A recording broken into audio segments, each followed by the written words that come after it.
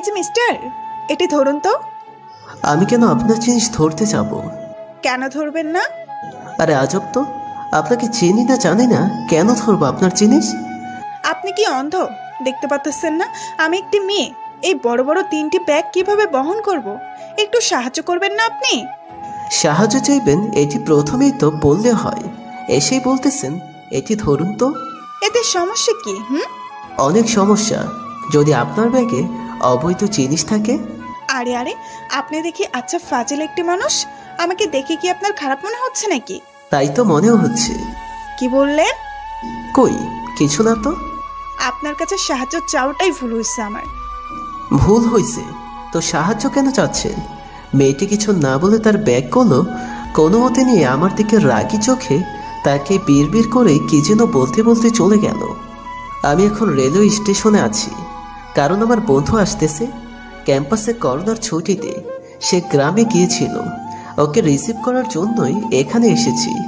কিন্তু এখানে এসে এক অদ্ভুত মেয়ের সাথে কথা হলো, তা তো আপনারা দেখতেই পারলেন। যাই হোক, কিছুক্ষণ পর আমার বন্ধু ধ্রুব আসলো। কিরে মাম্মা, কি খবর? আর খবর মামা, তোরে ছাড়া আর ভালো লাগে রে। তো কেমন আছিস তুই? অনেক প্যারাই আছি রে। কেন, কিসের প্যারা? তুই জানিস না কে প্যারা দেয়? ও, তোর গার্লফ্রেন্ড প্রিয়া। ও ছাড়া আর কে দিবে? সব সময় তোরের উপর রাখে আমাকে। চল যেতে যেতে কথা বলি। ওকে চল। তারপর যেতে যেতে ওর কথা শুনলাম, আর সাহায্য চাওয়া মেয়েটির কথাও বললাম ওকে। তারপর ওকে হোস্টেলে রেখে আমি বাসায় চলে আসলাম।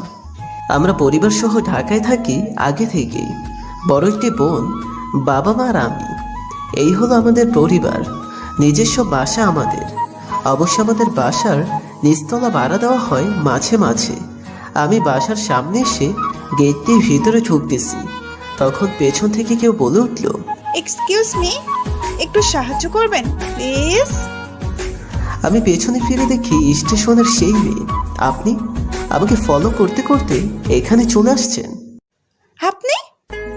আমি স্টেশনে সাহায্য করি বলে পিছু পিছু চলে আসছেন সাহায্য নেবার জন্য। আপনি দেখি হেব্বি জেদি মানুষ। ও হ্যালো, আমার বয়ে গেছে আপনার সাহায্য নিতে। তাহলে সাহায্য চাইলেন কেন, আর এখানে কেন? সাহায্য চেয়ে ভুল করে ফেলেছি, আর এখানে কেন আপনাকে বলতে বাধ্য নই। যত সব। মেয়েকে এই বলে তার ব্যাগপত্র নিয়ে আমাদের বাসার মধ্যে ঢুকতে লাগলো। তখন আমি বুঝলাম নতুন ভাড়াটে হবে, তাই পেছন থেকে বললাম, এই যে আপু। কি? আমি তখন গানের লাইন বললাম, নামটা তোমার জানা কি যাবে? মেয়েটি প্রকুচকে বলল, স্টুপিড। বাহ, খুব সুন্দর আর অদ্ভুত নাম তো, স্টুপিড। মেয়েটি রাগী ভাব নিয়ে চলে যাচ্ছিল। পেছন থেকে আবার বললাম, স্টুপিড আপু, আপনার কণ্ঠটা মাশাআল্লাহ। এটি শুনে মেয়েটি ব্যাগগুলো রেখে রাগী ভাব নিয়ে আমার দিকে আসতে লাগলো। আই আই, আমাকে স্টুপিড বললেন কেন? বারে, আপনি তো বললেন আপনার নাম স্টুপিড। চুপ, একদম চুপ। আমি মলি, কল মি মলি, ওকে? ওকে আচ্ছা। মলি, মলি নামটা ছোটবেলা থেকে আমার সব থেকে পছন্দের নাম। ঢপ মারলাম। মেয়েটির মুখ স্কার্ট দিয়ে ঢাকা ছিল, তাই মুখের বিবরণ দিতে পারতেছি না। ফ্ল্যাট করতেছেন? লাভ নেই, এরকম 100+ ছেলে আমার পেছনে পড়ে আছে। আরে ফ্ল্যাট করবো কেন? আপনার নামের অর্থটা জানি বলেই তো বললাম। আর আমার পেছনে আপনার মতো 100 না, একটা মেয়েও পেছনে পড়ে নেই। আপনার মতো ফাজিল মার্কা ছেলেকে আমি কেন হিরো আলমের গার্লফ্রেন্ডও লাইক করবে না। রেগে যাচ্ছেন কেন? তাছাড়া রাখলে কিন্তু আপনাকে দারুণ লাগে। যত সব। এই বলে মেয়েটি চলে যাচ্ছিল। তখন আবার বললাম, ও হ্যালো, আপনার নাম মলি, যার অর্থ আনন্দদায়ক, মনোযোগী আর বন্ধুত্বপূর্ণ। আর আমি আলাউদ্দিন, যার অর্থ দিনের প্রদীপ, ভবিষ্যতের আলো। কত সুন্দর মিল আমাদের, তাই না? এক চুলো মিল নেই। এই বলে মলি নামের সুন্দর মেয়েটি ভেতরে চলে গেল। আমিও ভেতরে গেলাম। রুমে গিয়ে দেখলাম মেয়েটি মার কাছ থেকে রুমের চাবি নিচ্ছে। তখন মা আমাকে দেখে বলে উঠল, এদিকে আয়। আম্মু আমাকে ডাকলো। আমি মার কাছে গেলাম, আর মেয়েটি আমার দিকে অবাক চোখে তাকিয়ে আছে। আর আমি মিটমিট করে হাসতেছি। মল্লিমা, এ হলো আমার ছেলে। খুব অভদ্র বদমাশ একটি ছেলে। ওর থেকে দূরে দূরে থেকো। আম্মু, নিজের ছেলের প্রশংসা করছো নাকি দুর্নাম? দুটোই। মেয়েটিকে সাবধান করে দিলাম। মেয়েটি মিটমিট করে হাসতেছিল আর বলল, তো আন্টি, আপনার ছেলে কি শুধু বদমাইশিগিরি করে নাকি অন্য কিছু করে? করে। এবার ডাবিতে ফিনাক্সিং বিষয় নিয়ে অনার্স 3য় বর্ষে পড়াশোনা করছি। ও হো, এই ব্যাপার। ঢাবির স্টুডেন্ট? ঢাবির স্টুডেন্ট। দাম আছে। আপনার মতো পাতি ইউনিভার্সিটিতে পড়ি না। হো মা, তাই? দেখা হবে খুব শীঘ্রই। বাই। মেয়েটি এই বলে একটা হাসি দিয়ে চলে গেল। মা, আমি কি কোনো জোকস বললাম নাকি? আমার তো তাই মনে হলো। মা, তুমি না দিন দিন আমার থেকে বেশি দুষ্ট হয়ে যাচ্ছ। শুধু নিজের ছেলেকে ছোট করো। তাই না? যা, ফ্রেশ হয়ে আয়, খেতে দিব। তারপর আমি ফ্রেশ হয়ে খাবার খেয়ে রুমে এসে শুয়ে পড়লাম। সকালে ঘুম থেকে উঠে আমি ধ্রুব আর ধ্রুবর গার্লফ্রেন্ড একসাথে ক্যাম্পাসে যেতে লাগলাম। কিন্তু ক্যাম্পাসে যাবার পর যা ঘটলো তার জন্য মোটেও প্রস্তুত ছিলাম না। আমি আর ধ্রুব ক্যাম্পাসে আড্ডা দিচ্ছিলাম, কিন্তু আমার চোখ আটকে যায় ক্যাম্পাসের গেটের সামনে। কারণ ক্যাম্পাসের গেট দিয়ে মলি মেয়েটিকে ঢুকতে দেখলাম। আমি তো অবাক চোখে তাকিয়ে আছি। তার মানে মেয়েটি আমাদের ইউনিভার্সিটিতেই পড়ে। ধ্রুব, থাক, আমি আসতেছি। কোথায় যাস? দেখতে থাক। আমি সোজা মলি মেয়েটার সামনে গিয়ে দাঁড়ালাম। আরে আরে, মলি আপু যে, আপনি আমাদের ক্যাম্পাসে? কেন, আপনাদের ক্যাম্পাসে কি আসা বারণ নাকি? তা হবে কেন? আচ্ছা, তুমি তো প্রথম বর্ষের স্টুডেন্ট মনে হচ্ছে, কারণ এর আগে তো আমাদের ক্যাম্পাসে দেখিনি। তো আর তুমি করে বললেন কেন? পারমিশন নিছেন? কথাটা শুনে আমি হেসে উঠলাম আর বললাম, আমি তোমার সিনিয়র 2 বছরের, আর জুনিয়রদের তুমি করেই বলতে হয়। ও মা, তাই? এই শোনো, কোনো ঢং চলবে না। আমাদের ক্যাম্পাসের কিছু নিয়ম কানুন আছে যা তোমাকে মেনে চলতে হবে। কি নিয়ম শুনতে পারি? শুধু শুনলে হবে না, মেনে চলতে হবে। শোনো, প্রতিদিন ক্যাম্পাসে ঢুকেই তোমার প্রথম কাজ হবে আমার কাছে আসবা, মিষ্টি করে সালাম দিবা, আর আমি যা বলবো তাই করে ভিতরে যাবা। আচ্ছা। এই, তুমি হাসতেছো কেন? মজা মনে হচ্ছে তোমার? সরি ভাইয়া। আর মাথা নিচু করে কথা বলবে আমার সামনে, মনে থাকবে? মেয়েটিকে র্যাগিং করে সেই মজা পাচ্ছি। মনে থাকবে। আমি এখন আসি। তবে মানে সালাম দিয়ে যাও। আসসালামু আলাইকুম। ওয়ালাইকুম আসসালাম। এখন যাও। জি। মেয়েটি চলে যাচ্ছিল আর আমি হাসতে হাসতে ধ্রুবর কাছে যেতে লাগলাম। আর মলি মনে মনে বলতে লাগলো, একবার ক্লাসে আসো, দেখাইতেছি মজা। কিরে, মেয়েটির সাথে এমন করলি কেন? চিনিস নাকি? আরে এই তো সেই মেয়ে যার কথা বলেছিলাম। ও, এই সেই মেয়ে? মেয়েটাকে বাসায়ও জ্বালাস আর ক্যাম্পাসে শুরু করে দিলি। মেয়েটা করতেছিস কেন? ভাবি বলো ওকে। বলিস কি, ক্রাশ খাইছিস নাকি? তা আবার বলতে, দেখছিস একদম পরি, কণ্ঠটা বুকে আগুন ধরিয়ে দেয়। মামা, তুমি দেখি প্রেমে হাবুডুবু খাচ্ছ। আরে প্রেম করে মেয়েটির সাথে আগে কিছুদিন মজা নিয়ে নেই। ভাবি বলে কথা। কে গো? আরে আলাউদ্দি একটি মেয়ের প্রেমে হাবুডুবু খাচ্ছে। তাই? কে গো? চিনি না, তবে ক্যাম্পাসের নতুন জুনিয়র হবে হয়তো। মামা, জুনিয়রই। তাহলে ট্রিট হবে কিন্তু। হবে, সময় মতো। চলো সবাই এখন ক্লাসে যাই, নতুন শিক্ষক আসছে শুনলাম। ও আচ্ছা, চল ক্লাসে যাই। তারপর আমরা আমাদের ডিপার্টমেন্টে গেলাম। ক্লাসে কিছুক্ষণ আড্ডা দেবার পর ক্লাসে প্রিন্সিপাল স্যার আসলো। সাথে সাথে আমরা সকলে দাঁড়িয়ে গেলাম। প্রিন্সিপাল স্যারের সাথে আমাদের ডিপার্টমেন্টের প্রধান স্যার ছিল। আর তৃতীয় জনকে দেখে আমার চোখ কপালে। বন্ধু, ওই মেয়ে প্রিন্সিপালের সাথে কেন? মনে হয় প্রিন্সিপালের কাছে তোমার নামে র্যাগিং করার বিচার দিয়েছে। বন্ধু, আমি পেছনের দরজা দিয়ে দৌড় দিলাম। আরে না, তোরা খেয়ে যাবি। চুপচাপ আড়ালে থাক, যাতে মেয়েটির চোখে না পড়িস। এটাই করতে হবে। প্রিন্সিপাল রুমে আসার পর এভরিবডি সিট ডাউন। সকলে বসে পড়ল, শুধু আমি বাদে। আমি বসা বাদ দিয়ে সোজা বেঞ্চের নিচে। এখানেই লুকিয়ে থাক। তারপর প্রিন্সিপাল স্যারের কথা শুনে আমি নিচ থেকে উপরে বসে পড়লাম। শোনো, তোমার ইনি হচ্ছে ইসরাত জাহান মলি, তোমাদের ফ্রিল্যান্সিং এর বিষয়ের নতুন শিক্ষক। কথাটি শুনে আমি নিচ থেকে উপরে এসে মলের দিকে তাকিয়ে থাকলাম। ধ্রুব রে, এ কি বলে স্যার? যাই বলুক, তোর সাথে বাবি থুক্কু ম্যাডাম কি যে করবে আল্লাহ আর মলি ম্যাডাম ছাড়া কেউ জানে না। আমি তো শেষ। এই দেখ, তোর দিকে তাকিয়েছে ম্যাডাম। আমি ম্যাডামের দিকে তাকালাম। ম্যাডাম মুচকে হাসতেছিল আমার দিকে তাকিয়ে। আমি পরক্ষণে ধ্রুবর আড়ালে চলে গেলাম। তোমাদের সাথে নতুন ম্যাডাম এখন পরিচিত হবেন, আমরা আসি তাহলে। এই বলে স্যার চলে যাচ্ছিল। আমরা দাঁড়িয়ে গেলাম আবার। স্যার চলে যাবার পর বসো সকলে। আমরা সকলে বসে পড়লাম।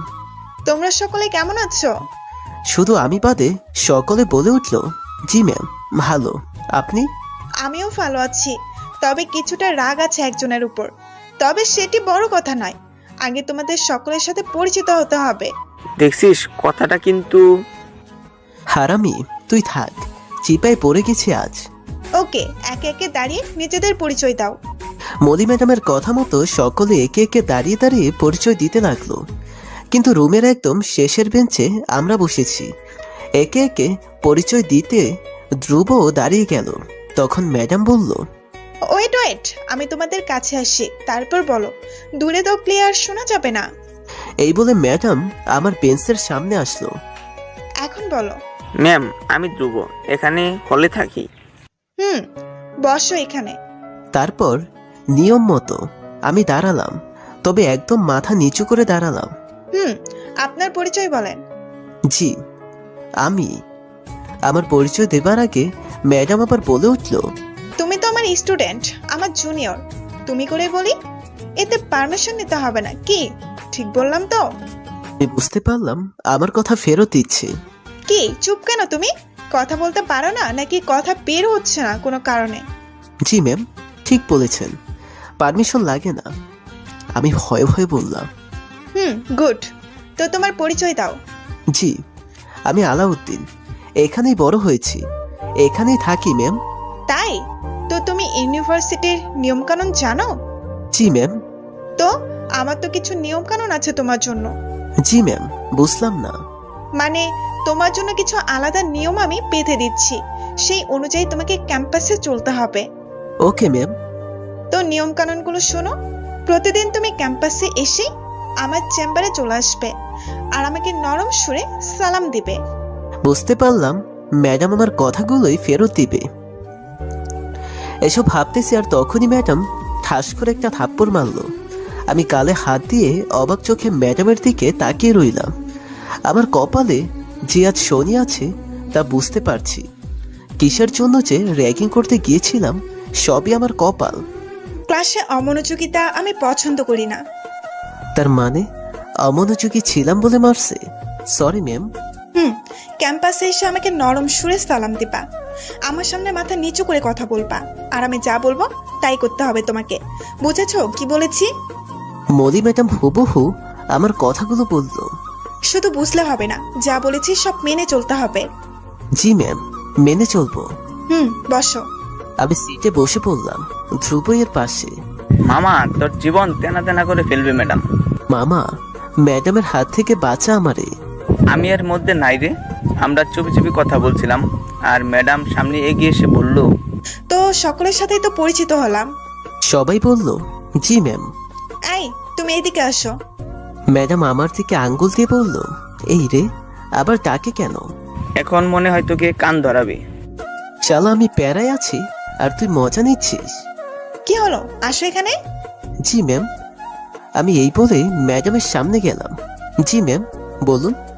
এখানে দাঁড়িয়ে থাকো, আর বোর্ডে আমি লিখবো, তুমি একটু পর পর সেগুলো মুছে দিবে। ম্যাম আমি? তুমি কেন করবে না? না না ম্যাম, কেন করব না, অবশ্যই করব।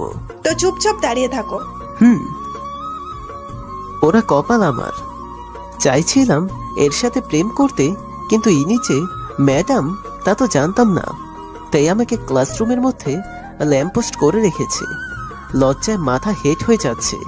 আমার ম্যাডাম পুরোটা ক্লাস আমাকে দাঁড় করিয়ে রাখলো আর বোর্ড মোছালো। ক্লাস শেষ হলে ম্যাডাম চলে যাবার পর মামা, তোরে দিয়ে ম্যাডাম যে আর কি কি করাবে আল্লাহ জানে। তাতে কি, তোরা ফ্রিতে দেখবি আর মজা নিবি, আর চলবো আমি। তুই আর কাউকে পাস না র্যাগিং করার জন্য? এরপর জানতাম নাকি ইনি আমার নতুন ম্যাম। শোন, সময় বুঝে ম্যাডামকে সরি বলে দিস। সরিতে কাজ হবে না, ম্যাডামকে শিক্ষা দিতে হবে। কি বলছিস? তুই কি ম্যাডামের সাথে মারামারি করবি নাকি? মারামারি না, এমন কাজ করব ম্যাডাম সইতেও পারবে না, কিছু করতেও পারবে না। আমার মাথায় হেব্বে একটা শয়তানি বুদ্ধি আসছে। কি করবি রে? দেখ, মলি ক্যাম্পাসে আমাদের কাছে ম্যাডাম, তাই এখানে সম্মান করতে হবে।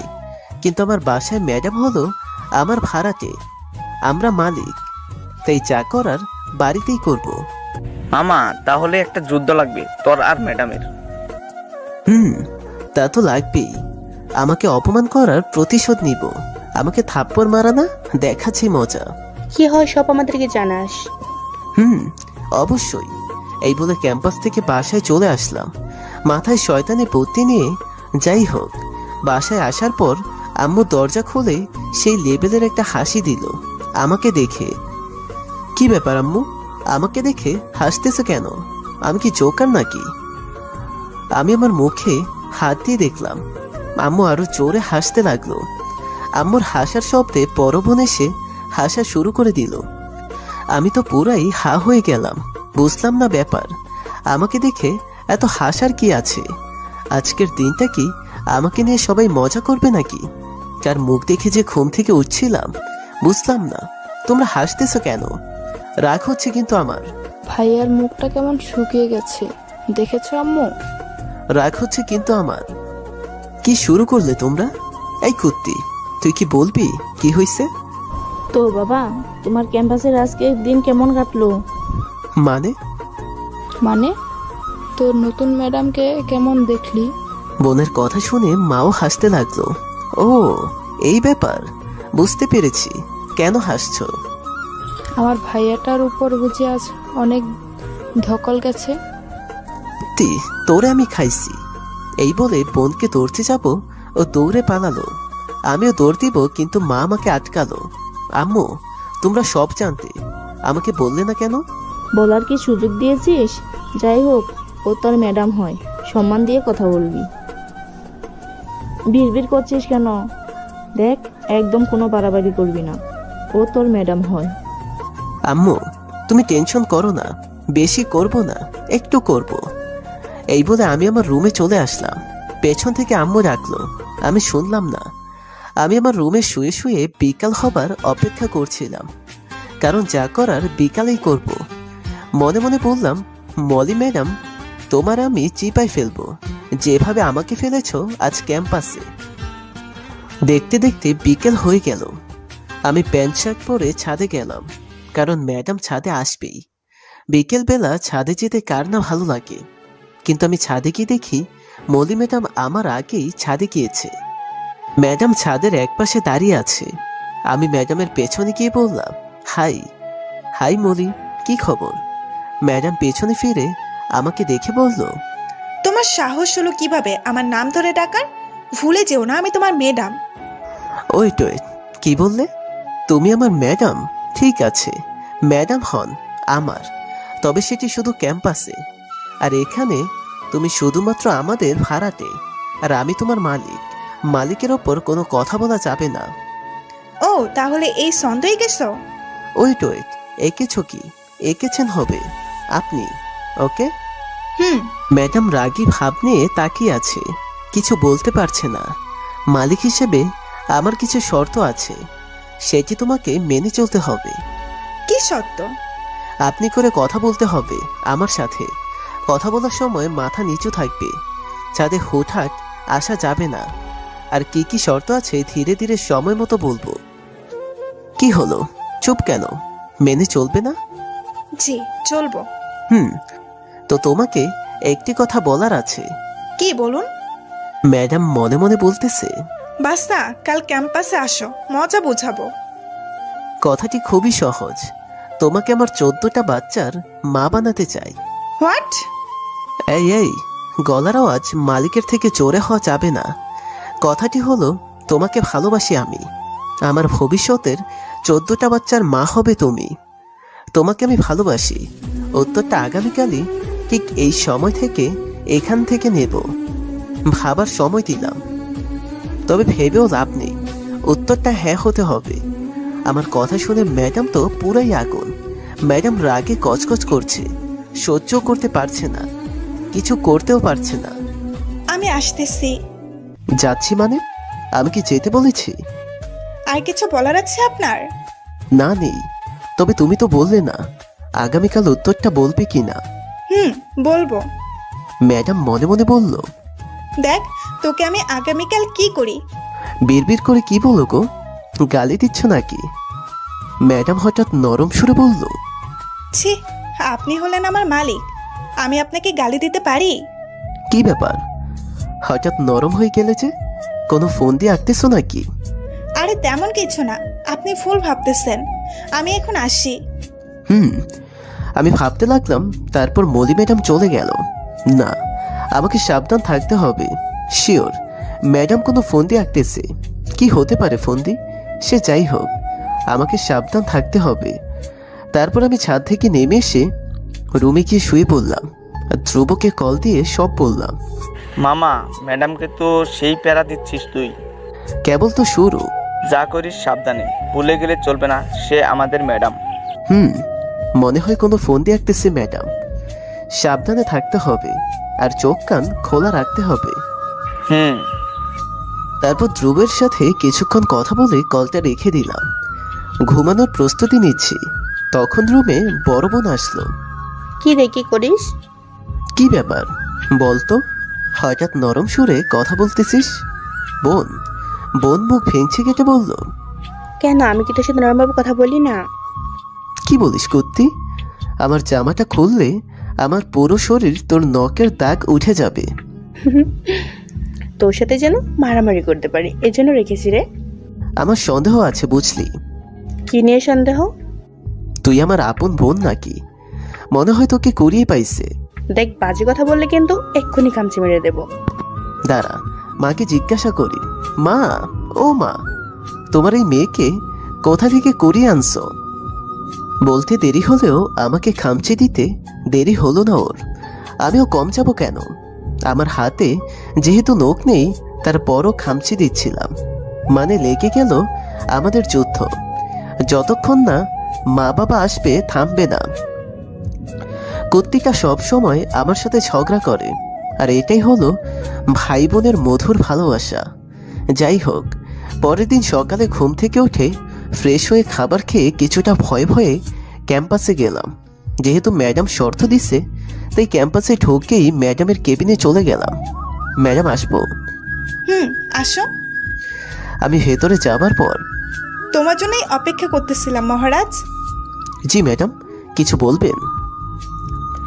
আমি মাথা নিচু করে নরম সুরে বললাম, কথাটি হলো, তুমি এখন থেকে ঠিক 1 ঘন্টা এখানে কান ধরে দাঁড়িয়ে থাকবে। কি? শুরু করে দাও। কিন্তু ম্যাডাম, বিনা কারণে কেন কান ধরবো? বেশি কথা হবে না। বেশি কথা বললে বাইরে কান ধরে দাঁড়িয়ে থাকতে হবে। আমি আর কোনো কথা বললাম না, কারণ বাইরে থেকে ভেতরে দাঁড়িয়ে থাকা অনেক ভালো।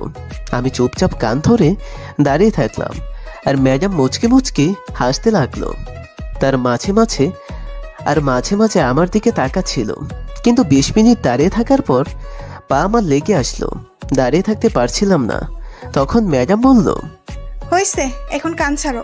যাক, বাঁচলাম। ধন্যবাদ ম্যাডাম। ধন্যবাদ দেওয়ার মতো কিছু হয়নি। ওই যে দেখো, ওই পাশে ঝাড়ু আছে, ওটি এনে আমার রুমটা ঝাড়ু দাও। ম্যাডাম। কি? না ম্যাডাম, কিছু না, দিচ্ছি ঝাড়ু। তারপর আমি ঝাড়ুটা নিয়ে রুমটা ঝাড়ু দিলাম। মনে মনে বললাম, শালার ম্যাডাম আজ বাসায় আইছেন, আজ কিস করাবো আপনাকে দিয়ে আমাকে। যাই হোক, ঝাড়ু দেওয়া শেষে ম্যাডামের কাছে এসে বললাম, ম্যাডাম ঝাড়ু দিছি, এখন ক্লাসে যাই, সময় তো হয়ে গেছে। যাও, তবে ছুটি দেওয়ার আগ পর্যন্ত ক্যাম্পাস থেকে বের হতে পারবে না বলে দিলাম। আচ্ছা ম্যাডাম, আমি এই বলে ক্লাসে চলে আসলাম। মনে মনে ভাবতেছি ম্যাডাম ক্লাসে আবার কি করবে আমার সাথে। কিন্তু অবাক করা বিষয়, ম্যাডাম ক্লাসে আসলো না। শুনলাম ম্যাডাম নাকি বাসায় চলে গেছে, তাই হাঁপ ছেড়ে বাঁচলাম। তারপর আমি ক্লাস শেষে বাসায় আসলাম। বাসায় এসে যা শুনলাম তার জন্য প্রস্তুত ছিলাম না। ম্যাডাম ক্যাম্পাস থেকে বাসে এসে আমাকে শায়েস্তা করার জন্য এরকম ফোন দিয়ে আসছে, ভাবতেও পারতেছি না। এখন তো আমি প্যাচে পড়ে গেলাম, কি করি এখন? এখন ম্যাডাম আমাকে প্যাচে ফেলে দিল। বাসায় যাবার পর আম্মু এসে বলল, ওই শোন, মা বলো। তোর পড়াশোনা কেমন চলতেছে? কেন মা, হঠাৎ করে পড়াশোনার কথা জানতে চাচ্ছ কেন? একদম উল্টো প্রশ্ন করবি না, বললাম না কেমন চলতেছে। ভালো, কিন্তু কেন? ভালো না? তোর ক্যাম্পাস থেকে আজ স্যার ফোন করে বলেছে তোর পড়াশোনা নষ্ট হয়ে যাচ্ছে। তোকে টাকা পয়সা খরচ করে পড়াচ্ছি আর তুই ভালো মতো পড়ছিস না। কি বলো? তোমাকে সব আবল তাবল কথা কোন স্যার বলেছে? তোকে বলার প্রয়োজন মনে করছি না, তুই আমার কথা শোন। বলো। আমার মাথা নিচু করে বললাম। মা রাগ করলে আমার পিঠে থালা বাসনের বাড়ি পড়ে। তোর পড়াশোনা ঠিক করতে হবে, তাই আমি ঠিক করছি তুই আজ থেকে তোদের মৌলি ম্যাডামের কাছে প্রাইভেট পড়বি। কি বলতে? আমার মাথায় আকাশ ভেঙে পড়ল। ঠিক বলেছি, ম্যাডামের সাথে আমার কথা হয়েছে। ম্যাডাম তোকে প্রতিদিন বিকাল 4টার সময় তার বাসায় যেতে বলেছে। আজ থেকেই যাবি। কিন্তু আম্মু, আমি কিছু বলার আগে। আমি কোনো কিন্তু শুনতে চাচ্ছি না, এটাই আমার শেষ কথা। আম্মু প্রচুর রেগে আছে বলে আমি আর কিছু বললাম না। আচ্ছা যাবো। যা, ফ্রেশ হয়ে নে। আচ্ছা। তারপর আমি ফ্রেশ হতে চলে গেলাম। ফ্রেশ হতে হতে ভাবলাম, যা, বাড়িতে ম্যাডামের উপর জোর খাটাতে চেয়েছিলাম, সেটাও বন্ধ হয়ে গেল। আম্মু এখানেই মলিকে আমার ম্যাডাম বানিয়ে দিল। দূর, কোন শালা যে আমার নামে আম্মুর কাছে এসব বলেছে কে জানে। খুব রাগ হচ্ছে আমার। তারপর ফ্রেশ হয়ে এসে খাবার খেয়ে শুয়ে পড়লাম। লম্বা একটা ঘুম দিলাম, কিন্তু 4টার সময় আম্মু এসে ডাকাডাকি শুরু করে দিল। ওই, শুয়ে আছিস কেন? ওঠ। কি হয়েছে? ডাকো কেন? ডাকি কেন মানে?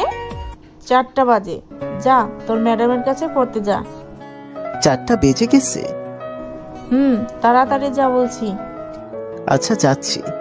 তারপর আমি ফ্রেশ হয়ে এসে বই খাতা নিয়ে ধীরে ধীরে ওই শয়তানি ম্যাডামের রুমের সামনে গেলাম। আমি শিওর ম্যাডাম আমার জন্য ওয়েট করছে, আমাকে শায়েস্তা করার জন্য। কারণ গত রাতে আমি যা করেছি আল্লাহই জানে আজ ভাগ্যে কি আছে।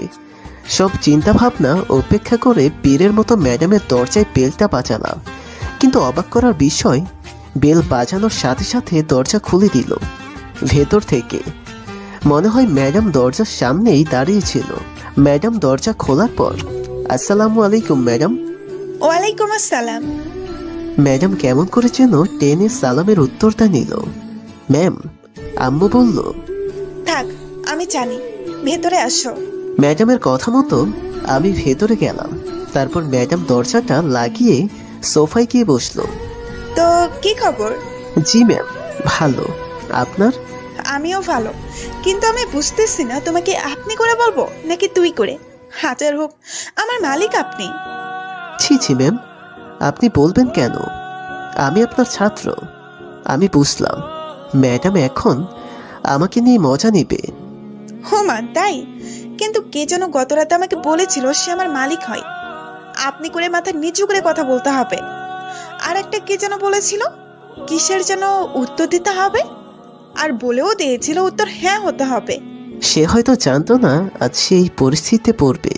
যদি জানতো তাহলে ওরকমটা কোনোদিন বলতো না ম্যাম। এর জন্যই গুরুজনরা একটি কথা হামেশাই বলে। কি কথা বুঝতে পারতেছ? জি ম্যাডাম। কি কথা বলে তো? ভাবিয়া করিও কাজ, করিয়া ভাবিও না। বাহ, ভালোই তো বুঝেছ। যাও, দরজার ওখানে গিয়ে কান ধরে দাঁড়িয়ে থাকো। আমি জানতাম আবার কান ধরাবে, কিন্তু ম্যাম। কি, দরজার বাইরে গিয়ে কান ধরতে চাচ্ছ নাকি? না ম্যাম, যাচ্ছি। তারপর আমি দরজার সামনে গিয়ে কান ধরে দাঁড়িয়ে থাকলাম। ম্যাডাম, আমি আপনাকে দেখে নেব, মনে মনে বললাম। কিছুক্ষণ দাঁড়িয়ে থাকার পর ম্যাডাম বলল, এখন সোফায় এসে বসো। আমি সোফায় গিয়ে বসলাম। আর ম্যাডাম বলল, তো কেমন লাগলো আমার ফোন দি? ফোন দি মানে? কি এখনো বোঝনি? আমি এখন সবটা ক্লিয়ার হলাম। মানে আপনি? আমি তোমার মাকে বলে ঘরেও তোমার ম্যাডাম হয়ে গেলাম। আপনি মাকে আবোল তাবোল বলেছেন? শোনো শয়তানের বড় ভাই, তুমি আমার ছাত্র, আমি তোমার শিক্ষক। তোমার মতো এরকম অনেক খারাপ ছেলেকে ভালো করেছি আমি। শোনো, পরবর্তীতে যদি আবার আমার সাথে কোনো রকম পাত্রামি করতে চাও, তার ফল কিন্তু ভালো হবে না। ছাত্র ছাত্রর মতো থাকবে। জি ম্যাম। মাথা নিচু করে। বই বের করো। তারপর আমি চুপচাপ ম্যাডামের কাছে পড়তে লাগলাম। প্রথম দিনেই এতগুলো বাড়ির কাজ আর পড়া দিল, আর বলল, আজকের মতো পড়ানো শেষ। তবে হ্যাঁ, আগামীকাল যদি বাড়ির কাজ আর পড়া কমপ্লিট না করো, তাহলে কিন্তু কঠিন শাস্তি দেব। জি ম্যাম। আমি এই বলে রুম থেকে বের হয়ে গেলাম। যে পড়া দিছে ম্যাডাম, শেষ করতে চাইলে রাত শেষ হয়ে যাবে, কিন্তু পড়া নিয়ে থাকলে হবে না। ম্যাডামকে চাপে রাখতে হবে, কিন্তু কিভাবে? এটাই শেষ উপায়, ম্যাডামকে শায়েস্তা করার। ম্যাডাম এখন ক্যাম্পাসের সাথে সাথে আমার ঘরেরও ম্যাডাম, তাই এই দুই জায়গায় কিছু করতে পারবো না। কিন্তু রাস্তায় তো ম্যাডাম না, এখন যা করার রাস্তায় করতে হবে। যাই হোক, পরের দিন মাথার মধ্যে হাজারটা শয়তানি বুদ্ধি নিয়ে রাস্তার পাশে দাঁড়িয়েছিলাম কখন ম্যাডাম আসবে ক্যাম্পাসে যাবার জন্য। রাস্তার পাশে ম্যাডামের জন্য অপেক্ষা করছিলাম সকাল 9টা বাজে, কিন্তু কুয়াশার জন্য মনে হচ্ছে 6টা বাজে। এত কুয়াশা পড়েছে আজ। আমার 2 হাত সামনের মানুষকে দেখতে পাচ্ছি না। আমি ম্যাডামের আশায় পথের পাশে দাঁড়িয়েছিলাম, কিন্তু কিছুক্ষণ পর কুয়াশার ভেতর থেকে মেইলি কণ্ঠের কান্না ভেসে আসছিল। আমি তো ভয় পেয়ে গেলাম, ভূত নাকি। ধীরে ধীরে কান্নার শব্দটা আমার কাছে আসছিল। আমি তো দৌড় দেবার জন্য প্রস্তুতি নিচ্ছিলাম। তখনই আমার সামনে একটি মেয়ে কান্না করতে করতে আসলো। মেয়েটিকে দেখে হাঁপ ছেড়ে বাঁচলাম আমি, কিন্তু মেয়েটি কান্না করছে কেন? মেয়েটি কান্না করতে করতে চলে যাচ্ছিল। আমি বললাম, কি ব্যাপার, আপনি কান্না করছেন কেন? আমি মেয়েটির সামনে গেলাম। মেয়েটি ভালোই বড়, হয়তো 9ম বা 10ম শ্রেণীতে পড়ে। ভাইয়া, কিছু ছেলে আমার ফোনটা জোর করে নিয়ে গেছে। কি বলো? আমি একা একা যাচ্ছিলাম, হঠাৎ ওরা এসে আমার ফোনটা নিয়ে গেল। আমি বুঝতে পারলাম ঘন কুয়াশার জন্য বখাটে ছেলেরা মেয়েটি। ইফটিজিং মানে বোঝো না? সত্যি করে বল, মেয়েটার সাথে কি করেছিস যার জন্য সে কান্না করতেছে? ম্যাডাম রেগে তুই তোকারি করা শুরু করলো। আরে আপনি ভুল বুঝতেছেন ম্যাম। আমি ভুল বুঝতেছি না। এই মেয়ে, তুমি নির্ভয়ে বলো, ও তোমার সাথে কি করেছে? আপনি ভুল বুঝছেন, উনি আমাকে কিছু করেনি। তাহলে কেন কান্না করতেছো? আসলে আমার সাথে কিছু ছেলে ম্যাডামকে সব বললো। আর সেগুলাই কান্না করে ভাইয়াকে বলতেছিলাম। ভাইয়া আমাকে সান্ত্বনা দিচ্ছে। ম্যাডাম অবাক চোখে তাকিয়ে আছে। আমি এবার আমার মাজায় হাত দিয়ে কিছুটা রাগী চোখে তাকিয়ে আছি। ম্যাডাম ধীরে ধীরে নরম চোখে করুণ দৃষ্টিতে তাকালো আমার দিকে। কি ম্যাম, আবার মারবেন নাকি? এমনিতেই রেগেছিলাম, এখন আরো রাগ হচ্ছে। সরি। সরিতে কাজ হবে না, মাথায় শয়তানি বুদ্ধি আসলো। কি করতে হবে? যা বলবো তাই করতে হবে, তাইলেই মাফ করব। কি? বেশি কিছু না, আমাকে ভালোবাসি বলতে হবে এক্ষুনি। আলাউদ্দিন, ভুলে যেও না আমি তোমার শিক্ষক। ম্যাডাম তো শুধু বাড়িতে আর ক্যাম্পাসে, রাস্তায় তুমি হলে আমার ক্রাশ। তোমাকে সরি বলে ভুল হয়েছে, ও সে আরেকটা দেওয়ার দরকার ছিল। দেও না সুন্দরী, তোমার নরম হাতের থাপ্পড় খেয়ে মজাই লাগে। তোমাকে পরে দেখে নেব আমি, ক্যাম্পাসে আসো আগে। এই বলে ম্যাডাম রেগে চলে গেল। ম্যাডাম আজ বেশি রেগে গেছে, কারণ হয়তো মেয়েটির সামনে ম্যাডামের সাথে এমন করেছি বলে। আচ্ছা চলো, তোমাকে বাসায় পৌঁছে দিয়ে আসি। আমি এই বলে মেয়েটিকে নিয়ে যেতে লাগলাম। মনে মনে ভাবলাম আজ ক্যাম্পাসে যাওয়া যাবে না, কারণ ম্যাডাম প্রচুর রেগে আছে। গেলে আমার কপালে শনি দিব। তাই আর ক্যাম্পাসে না গিয়ে মেয়েটিকে বাসায় পৌঁছে দিয়ে সোজা বাড়িতে চলে আসলাম। বাড়িতে এসে মনের শান্তিতে চরম একটা ঘুম দিলাম। আমি এখন ম্যাডামের রুমের সামনে দাঁড়িয়ে আছি। দরজায় বেল দিলাম। ম্যাডাম সঙ্গে সঙ্গে দরজাটা খুলে দিল। আমাকে দেখে ম্যাডাম বলল, কি ক্যাম্পাসে তো দেখলাম না, ভয়ে আসো নাই নাকি? আমার মনে অন্য কিছু চলতেছে। আমি তো ভয় পাই না। আচ্ছা ম্যাম, ভেতরে আসি। আসো। তারপর আমি রুমে ঢুকলাম আর ম্যাডাম দরজাটা লাগিয়ে দিল। ভয় যেহেতু পাও না, তাহলে ক্যাম্পাসে আসলে না কেন? আসলে হয়েছে কি, কি? আসলে অন্য কারণে যাইনি। আর আমি কিন্তু ভীতু না। আমি ধীরে ধীরে ম্যাডামের দিকে এগোতে লাগলাম। ভীতু না ঠিক আছে, কিন্তু আমার দিকে এভাবে এগিয়ে আসছো কেন? কেন এগিয়ে আসছি জানো না মলি ম্যাডাম? মানে হলো আমি ম্যাডামের দিকে এগিয়ে যাচ্ছি আর ম্যাডাম পেছোচ্ছে। ম্যাডাম এক সময় দরজার সাথে ঠেকে গেল। আমি একদম ম্যাডামের সামনে দাঁড়িয়ে রয়েছি। ম্যাডামের নিঃশ্বাসের শব্দ আমি শুনতে পাচ্ছি। কি করছো তুমি? তুমি ভুলে যাচ্ছ আমি তোমার ম্যাডাম। ম্যাডামের প্রেমে পড়ে গেছি, তার মায়ায় জড়াতে চাই। আমি 2 হাত ম্যাডামের দুপাশে দরজায় রাখলাম। আলাউদ্দিন দেখো, উল্টোপাল্টা কিছু করলে তোমার। ম্যাডামকে আর কিছু বলতে দিলাম না। আমি আমার ঠোঁট দিয়ে ম্যাডামের ঠোঁট দুটো আটকে দিলাম। আমি ম্যাডামকে দরজায় জোর করে আটকে রেখে কিস করতে লাগলাম। ম্যাডাম ছাড়ানোর চেষ্টা করছে আমাকে, কিন্তু আমি তো ছাড়ছি না। আমি চেপে ধরে রেখে কিস করতেছি মনের সুখে। কি মিষ্টি ম্যাডামের ঠোঁট দুটো। এইভাবে প্রায় 2 মিনিট কিস করার পর ম্যাডাম আর থাকতে না পেরে আমাকে ধাক্কা মেরে সরিয়ে দিল। আর আমি সাথে সাথে খাট থেকে ফ্লোরে পড়ে গেলাম। ও মা গো, গেল আমার মাজা। আমার মাজাটা ধরে বললাম। আমি চোখটা মেলে দেখি আমি আমার রুমের খাট থেকে ফ্লোরে পড়ে গেছি। তার মানে এতক্ষণ স্বপ্ন দেখছিলাম। ইস, স্বপ্নটা আরো কিছুক্ষণ থাকলে আরো কিছু করতে পারতাম। কি রোমান্টিক ছিল রে স্বপ্নটা। মনে মনে শয়তানে বুদ্ধি আটলাম যে এতক্ষণ যে স্বপ্নটা দেখলাম এটি পূরণ করলে ম্যাডামকে চরম শিক্ষা দেওয়া হবে। তাই মনে মনে ঠিক করলাম আজ বিকেলে পড়তে গিয়ে ম্যাডামকে কিস করব। তাই বিকেলে সুন্দর মতো সেজে গুজে শরীরে সেন্ট দিয়ে বের হলাম। ম্যাডামের রুমের সামনে গিয়ে দাঁড়ালাম। ম্যাডামকে কিস করবই আজ, তারপর যা হবে দেখা যাবে। এই ভেবে কলিং বেল দিলাম। আর তোমার বই কোথায়?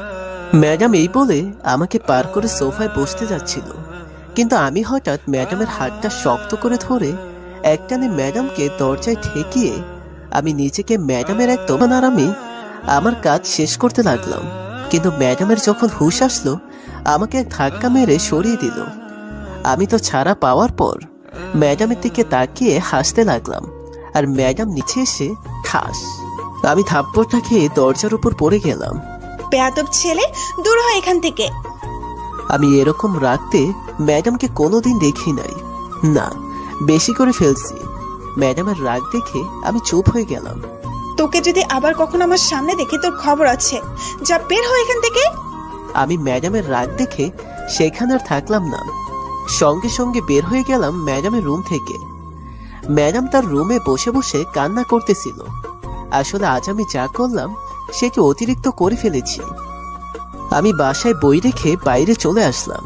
ম্যাডামকে কিস করছি, ভাবতে আমার শরীর কেমন জানি করে উঠতেছে বারবার। আমি বাইরে এসে ধ্রুবকে কল দিলাম। কই তুই? বাসায়। তুই কই? মোড়ের পাড়ায়। ওকে। তারপর কিছুক্ষণ পর ধ্রুব আসলো। কিরে, কি হয়েছে? মন খারাপ মনে হচ্ছে। বন্ধু, এক ঘোরের মধ্য থেকে বড় একটা পদক্ষেপ করে ফেলেছি রে। কি করেছিস? গোলাপের পাপড়ি ছিঁড়েছি, গোলাপের পারমিশন না নিয়ে। বুঝলাম না, বুঝিয়ে বল। বন্ধু, আমি মলি ম্যাডামকে কিস করেছি। হোয়াট? বন্ধু, খুব বড় ভুল করে ফেলেছি। আমি কি করব আমি এখন? শালা, কি করছিস এটা? ম্যাডামকে কেন কিস করলি? আমি প্রতিশোধ নেবার টালে আমি মনের অজান্তে এটি করে ফেলেছি। এখন কি করব আমি? কি করবি আবার? ম্যাডামের পা ধরে ক্ষমা চাইবি। ম্যাডাম অনেক রেগে আছে, আমাকে বলেছে আমি যেন ওনার সামনে আর না যাই। ম্যাডাম তো না বলবেই সামনে যেতে, তবুও তোকে যেতে হবে। ম্যাডামের কাছে ক্ষমা চাইতে হবে। ম্যাডামকে বোঝাতে হবে তুই খারাপ ছেলে না। তুই বাপ, ম্যাডাম এখন তোকে কেমন ছেলে ভাববে? তুই ঠিকই বলেছিস। ম্যাডাম আমাকে খুব খারাপ ভাবতেছে। ম্যাডামের কাছে যেভাবেই হোক ক্ষমা চাইতে হবে। যা করার কালকে ক্যাম্পাসে গিয়েই করিস। আজ আর ম্যাডামের সামনে যাস না। আচ্ছা। মন খারাপ করিস না, এখন বাসায় যা, কাল ক্যাম্পাসে সব হবে। বাসায় এসে খাবারটা না খেয়ে রুমে এসে শুয়ে পড়লাম। সত্যি আজ নিজেকে অপরাধী, দোষী দোষী মনে হচ্ছে। ছি আলাউদ্দিন, কি করছিস তুই এটি? যেভাবেই হোক ম্যাডামের কাছে ক্ষমা চাইতেই হবে। এইসব ভাবতে ভাবতে ঘুমিয়ে পড়লাম। সকালে ঘুম থেকে উঠে ফ্রেশ হলাম, ক্যাম্পাসে যাওয়ার জন্য রেডি হলাম। ধ্রুবকে আগেই কল দিয়ে বের হতে বললাম। ম্যাডাম তো সকাল সকাল ক্যাম্পাসে যায়, তাই আগে গিয়েই ম্যাডামের সাথে কথা বলতে চাইলাম। তারপর আমি ধ্রুবকে কল দিলে আবার দৌড়ে যাচ্ছে। আচ্ছা বাদ দে বন্ধু, চল ম্যাডামের কেবিনে যাই। ব্যথা পাইছি খুব। এসব বলতে বলতে ম্যাডামের কেবিনের দিকে গেলাম, কিন্তু ম্যাডাম দেখি তার কেবিনে নেই। কি রে, ম্যাডাম কোথায়? হয়তো এখনো আসেনি, চল আমরা ওখানে বসে থাকি, ম্যাডাম আসলেই দেখতে পাবো। তারপর আমি আর ধ্রুব বসে আছি ম্যাডামের কেবিনের সামনে, কিন্তু ম্যাডাম আসার নাম নেই। কি রে? তুই টেনশন করিস না, আমি বের হচ্ছি, তারপর দুজন মিলে ম্যাডামকে খুঁজবো। আচ্ছা, দ্রুত আয়। ওকে। ধ্রুব এই বলে কল কেটে দিল। তারপর আমি বের হলাম বাসা থেকে। ধ্রুবর বাসার সামনে একটি রিক্সা নিয়ে গেলাম। কিছুক্ষণ পর ধ্রুব বের হলো। বন্ধু, কোথায় খুঁজবো ম্যাডামকে?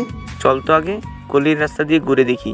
ম্যাডাম তো বেশি দূর বাসা ভাড়া নিবে না, যা শোনার কাল ক্যাম্পাসে ম্যাডামের কাছ থেকে শোনা যাবে। আমরা ম্যাডামকে না পেয়ে নিরাশ হয়ে বাসার দিকে ফিরতেছিলাম। তখনই আমরা ম্যাডাম রেগে আছে আমার উপর অনেক। আর শোন, ম্যাডাম যেন না বোঝে আমি কি করছি ম্যাডামের সাথে, সব তোকে বলছি। বুঝেছি আমি। তারপর আমাদের রিক্সা দ্রুত চালিয়ে ম্যাডামের রিক্সার সামনে গিয়ে থামলাম। ম্যাডাম তো আমাদের দেখে অবাক। আমি দেখতে পেলাম ম্যাডাম তার ব্যাগপত্র নিয়ে রিক্সায় বসে আছে, মানে ম্যাডাম এখনো বাসা খুঁজে পায়নি। ম্যাডাম আসসালামু আলাইকুম। ধ্রুব সালাম দিল, রিক্সা থেকে নামলো। আমি চুপ করে ম্যাডামের সামনে মাথা নিচু করে দাঁড়িয়েছিলাম। তোমরা এখানে কেন? ম্যাডাম আমরা জানি আপনি বাসা খুঁজছেন। আপনি ওদের বাসা থেকে বের হওয়ার পর আলাউদ্দিন আমাকে কল দিয়ে কান্না করে বলে ও কি যেন একটা বড় ভুল করে ফেলেছে, যার জন্য আপনি বাসা ছেড়ে দিয়েছেন। তোমাকে আবল তাবল বলছে বেয়াদবটা। তুমি যাও, আমি এমনিতেই বাসা ছেড়ে দিচ্ছি। ম্যাডাম জানি রেগে গেছেন, তবে বিশ্বাস করেন আপনি বাসা ভাড়া পাবেন না। এইভাবে সারা রাত ঘুরতেও হবে না। প্লিজ ম্যাডাম আমাদের সাথে চলুন। পেয়ে যাব, তোমরা যাও। ম্যাডাম পরিস্থিতি বোঝার চেষ্টা করুন, রাত অনেক হয়েছে, বকাটে ছেলেদের কথা তো জানেনি। প্লিজ ম্যাডাম আপনি আবার ওদের বাসায় চলুন, পরে সময় করে একটা বাসা ঠিক করে বের হয়ে আসবেন। প্লিজ ম্যাডাম, আমার থেকে আপনি পরিস্থিতি ভালো বুঝতে পারেন। প্লিজ ম্যাডাম আসুন। আচ্ছা চলো। তা বল। আর ম্যাডাম আমাদের বাসায় আবার উঠবো। এখন অনেকটা ভালো লাগতেছে। রুমে এসে শুয়ে পড়লাম। শুয়ে শুয়ে ভাবতে লাগলাম আগামী 4 থেকে 5 দিন ম্যাডামের সামনে যাব না। 4 থেকে 5 দিন পর ম্যাডামের কাছে গিয়ে হাত জোর করে ক্ষমা চেয়ে নিব, এসব ভাবলাম। কিন্তু সকালে ক্যাম্পাসে গিয়ে যা দেখলাম তার জন্য প্রস্তুত ছিলাম না। আমি তো ভদ্র ছেলের মতো ক্লাসে গিয়ে বসে আছি। ম্যাডামের কাছে ভালো হতে হবে বলে ফার্স্ট বেঞ্চে বসেছি। প্রথম ক্লাসটাই ম্যাডামের আজ, কিন্তু ম্যাডাম আসতেছে না কেন? দেরি করতেছে। তাই আমি সিট থেকে উঠে ম্যাডামের কেবিনের দিকে যাচ্ছিলাম, কিন্তু ক্লাসের দরজার সামনে আসতেই ওপাশ থেকে ম্যাডাম এসে পড়ল আর আমরা মুখোমুখি ধাক্কা খেলাম। মানে যেখানে বাঘের ভয় সেখানেই রাত হয়। ম্যাডাম তো আমাকে দেখে রাগি চোখে তাকিয়ে আছে, ক্লাসের সকলে তাকিয়ে আছে। ম্যাডাম আর রাগ কন্ট্রোল করতে না পেরে বেয়াদব ফালতু ছেলে কোথাকার। ম্যাডাম ভাবছে আমি ইচ্ছে করে যা বের হ। আমি আর কোনো কথা না বলে চুপচাপ আমার ব্যাগটা নিয়ে ক্লাস থেকে বের হয়ে আসলাম। বাইরে এসে ক্যান্টিনে বসলাম। আমি বুঝতে পারলাম ম্যাডাম আমার উপর প্রচণ্ড রেগে আছে। আমি যত চেষ্টাই করি ম্যাডামের রাগ ভাঙাতে পারবো না। তাই মনে মনে ঠিক করলাম ম্যাডামের সামনে আর যাব না, দীর্ঘদিন ম্যাডামের আড়ালে থাকবো। এসব ভাবতেছিলাম, তখন আমার পাশ থেকে কেউ বলে উঠল। ভাইয়া এত মনোযোগ সহকারে কি ভাবছেন? আমি কিছুটা অবাক চোখে তাকিয়ে বললাম, তুমি তুমি কোথা থেকে আসলে? এই তো পাশ দিয়ে যাচ্ছিলাম, তখন দেখতে পেলাম আপনি একা বসে আছেন, তাই আসলাম। ও আচ্ছা, তা কেমন আছো তুমি? জি ভাইয়া ভালো, আপনি? ভালো। ভাইয়া বললেন না তো কি ভাবছিলেন এত মনোযোগ সহকারে? আরে তেমন কিছু না, তো তুমি কোথায় যাচ্ছিলে? এই তো ফুচকা খেতে যাচ্ছিলাম, আপনি আসবেন আমার সাথে? না, তুমি যাও। প্লিজ ভাইয়া আসেন, গতকাল আপনি আমার বাবাকে রক্ত দিলেন, আপনাকে তো ধন্যবাদ ছাড়া আর কিছুই দিতে পারলাম না, তাই এখন চলেন আপনাকে ফুচকা খাওয়াবো, আসুন। পরে একদিন খাবো, আজ তুমি খাও। না না প্লিজ ভাইয়া আসুন। মেয়েটি অনেক জোর করতেছিল, তাই যেতে বাধ্য হলাম। আমরা ক্যাম্পাসের ফুচকা মামার কাছ থেকে ফুচকা খাচ্ছিলাম পাশাপাশি দাঁড়িয়ে। তখন ম্যাডাম তার ক্লাস শেষ করে বের হয়ে মাঠের দিকে তাকিয়ে দেখতে পেল আমি আর একটি মেয়েকে ফুচকা খাচ্ছি আর হাসি তামাশা করতেছি। তখন ম্যাডাম মনে মনে বলল, কুকুরের লেজ কখনো সোজা হবে না। ম্যাডাম মনে মনে ভাবতেছিল আমি নতুন আর একটি মেয়ের সাথে ফ্লার্ট করতেছি। মেয়েটির সাথে আমাকে দেখে ম্যাডাম রাগে ফুঁসতেছিল, কিন্তু ম্যাডাম আবার ভাবলো কি ব্যাপার, বেয়াদবটা অন্য মেয়ের সাথে কথা বলতেছে, এতে আমার রাগ হচ্ছে কেন? তবে আমি ওকে নিয়ে ভাবতেছি বা কেন, দূর। এই বলে ম্যাডাম তার মাথা থেকে আমাকে ছেড়ে ফেলে দেওয়ার চেষ্টা করলো। এদিকে ধ্রুব প্রিয়া ক্লাস থেকে বের হয়ে খুঁজতে লাগলো আমাকে। তারপর আমাকে আর সুস্মিতাকে একসাথে দেখে ওরা আমাদের কাছে আসলো। কি রে শালা, ম্যাডামের হাতে চর খেয়ে এখন আবার ফুচকা খাচ্ছিস?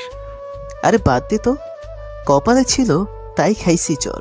ম্যাডাম কেন আপনাকে মারলো? সে এক বিশাল কাহিনী, পরে তোকে বলবো। কেন ম্যাডামের হাতে চর খাইছেন? মলি ম্যাডামের হাতে। আর তুই এখানে কেন? মল্লি ম্যাডাম মারছে, কিন্তু কেন? ম্যাডাম তো অনেক ভালো আর শান্ত একজন ম্যাডাম। শান্ত ম্যাডামকে অশান্ত? কি করবি এখন? জানি না। আর তোকে তো ম্যাডাম ক্লাসে যেতেও বারণ করে দিয়েছে। কি করতেছিস? কিছু কর। কি করব আমি কিছুই বুঝতেছি না। তবে আমি আজ কিছু করতে পারি নাকি জানি না, এতে কি করবে আমার সাথে ম্যাডাম। তবে যা করার আজই করব। কি করবি? যা করব শুনতে পারবি পরে। যাই করিস আগের বাড়ির মতো আবল তাবল কিছু করিস না।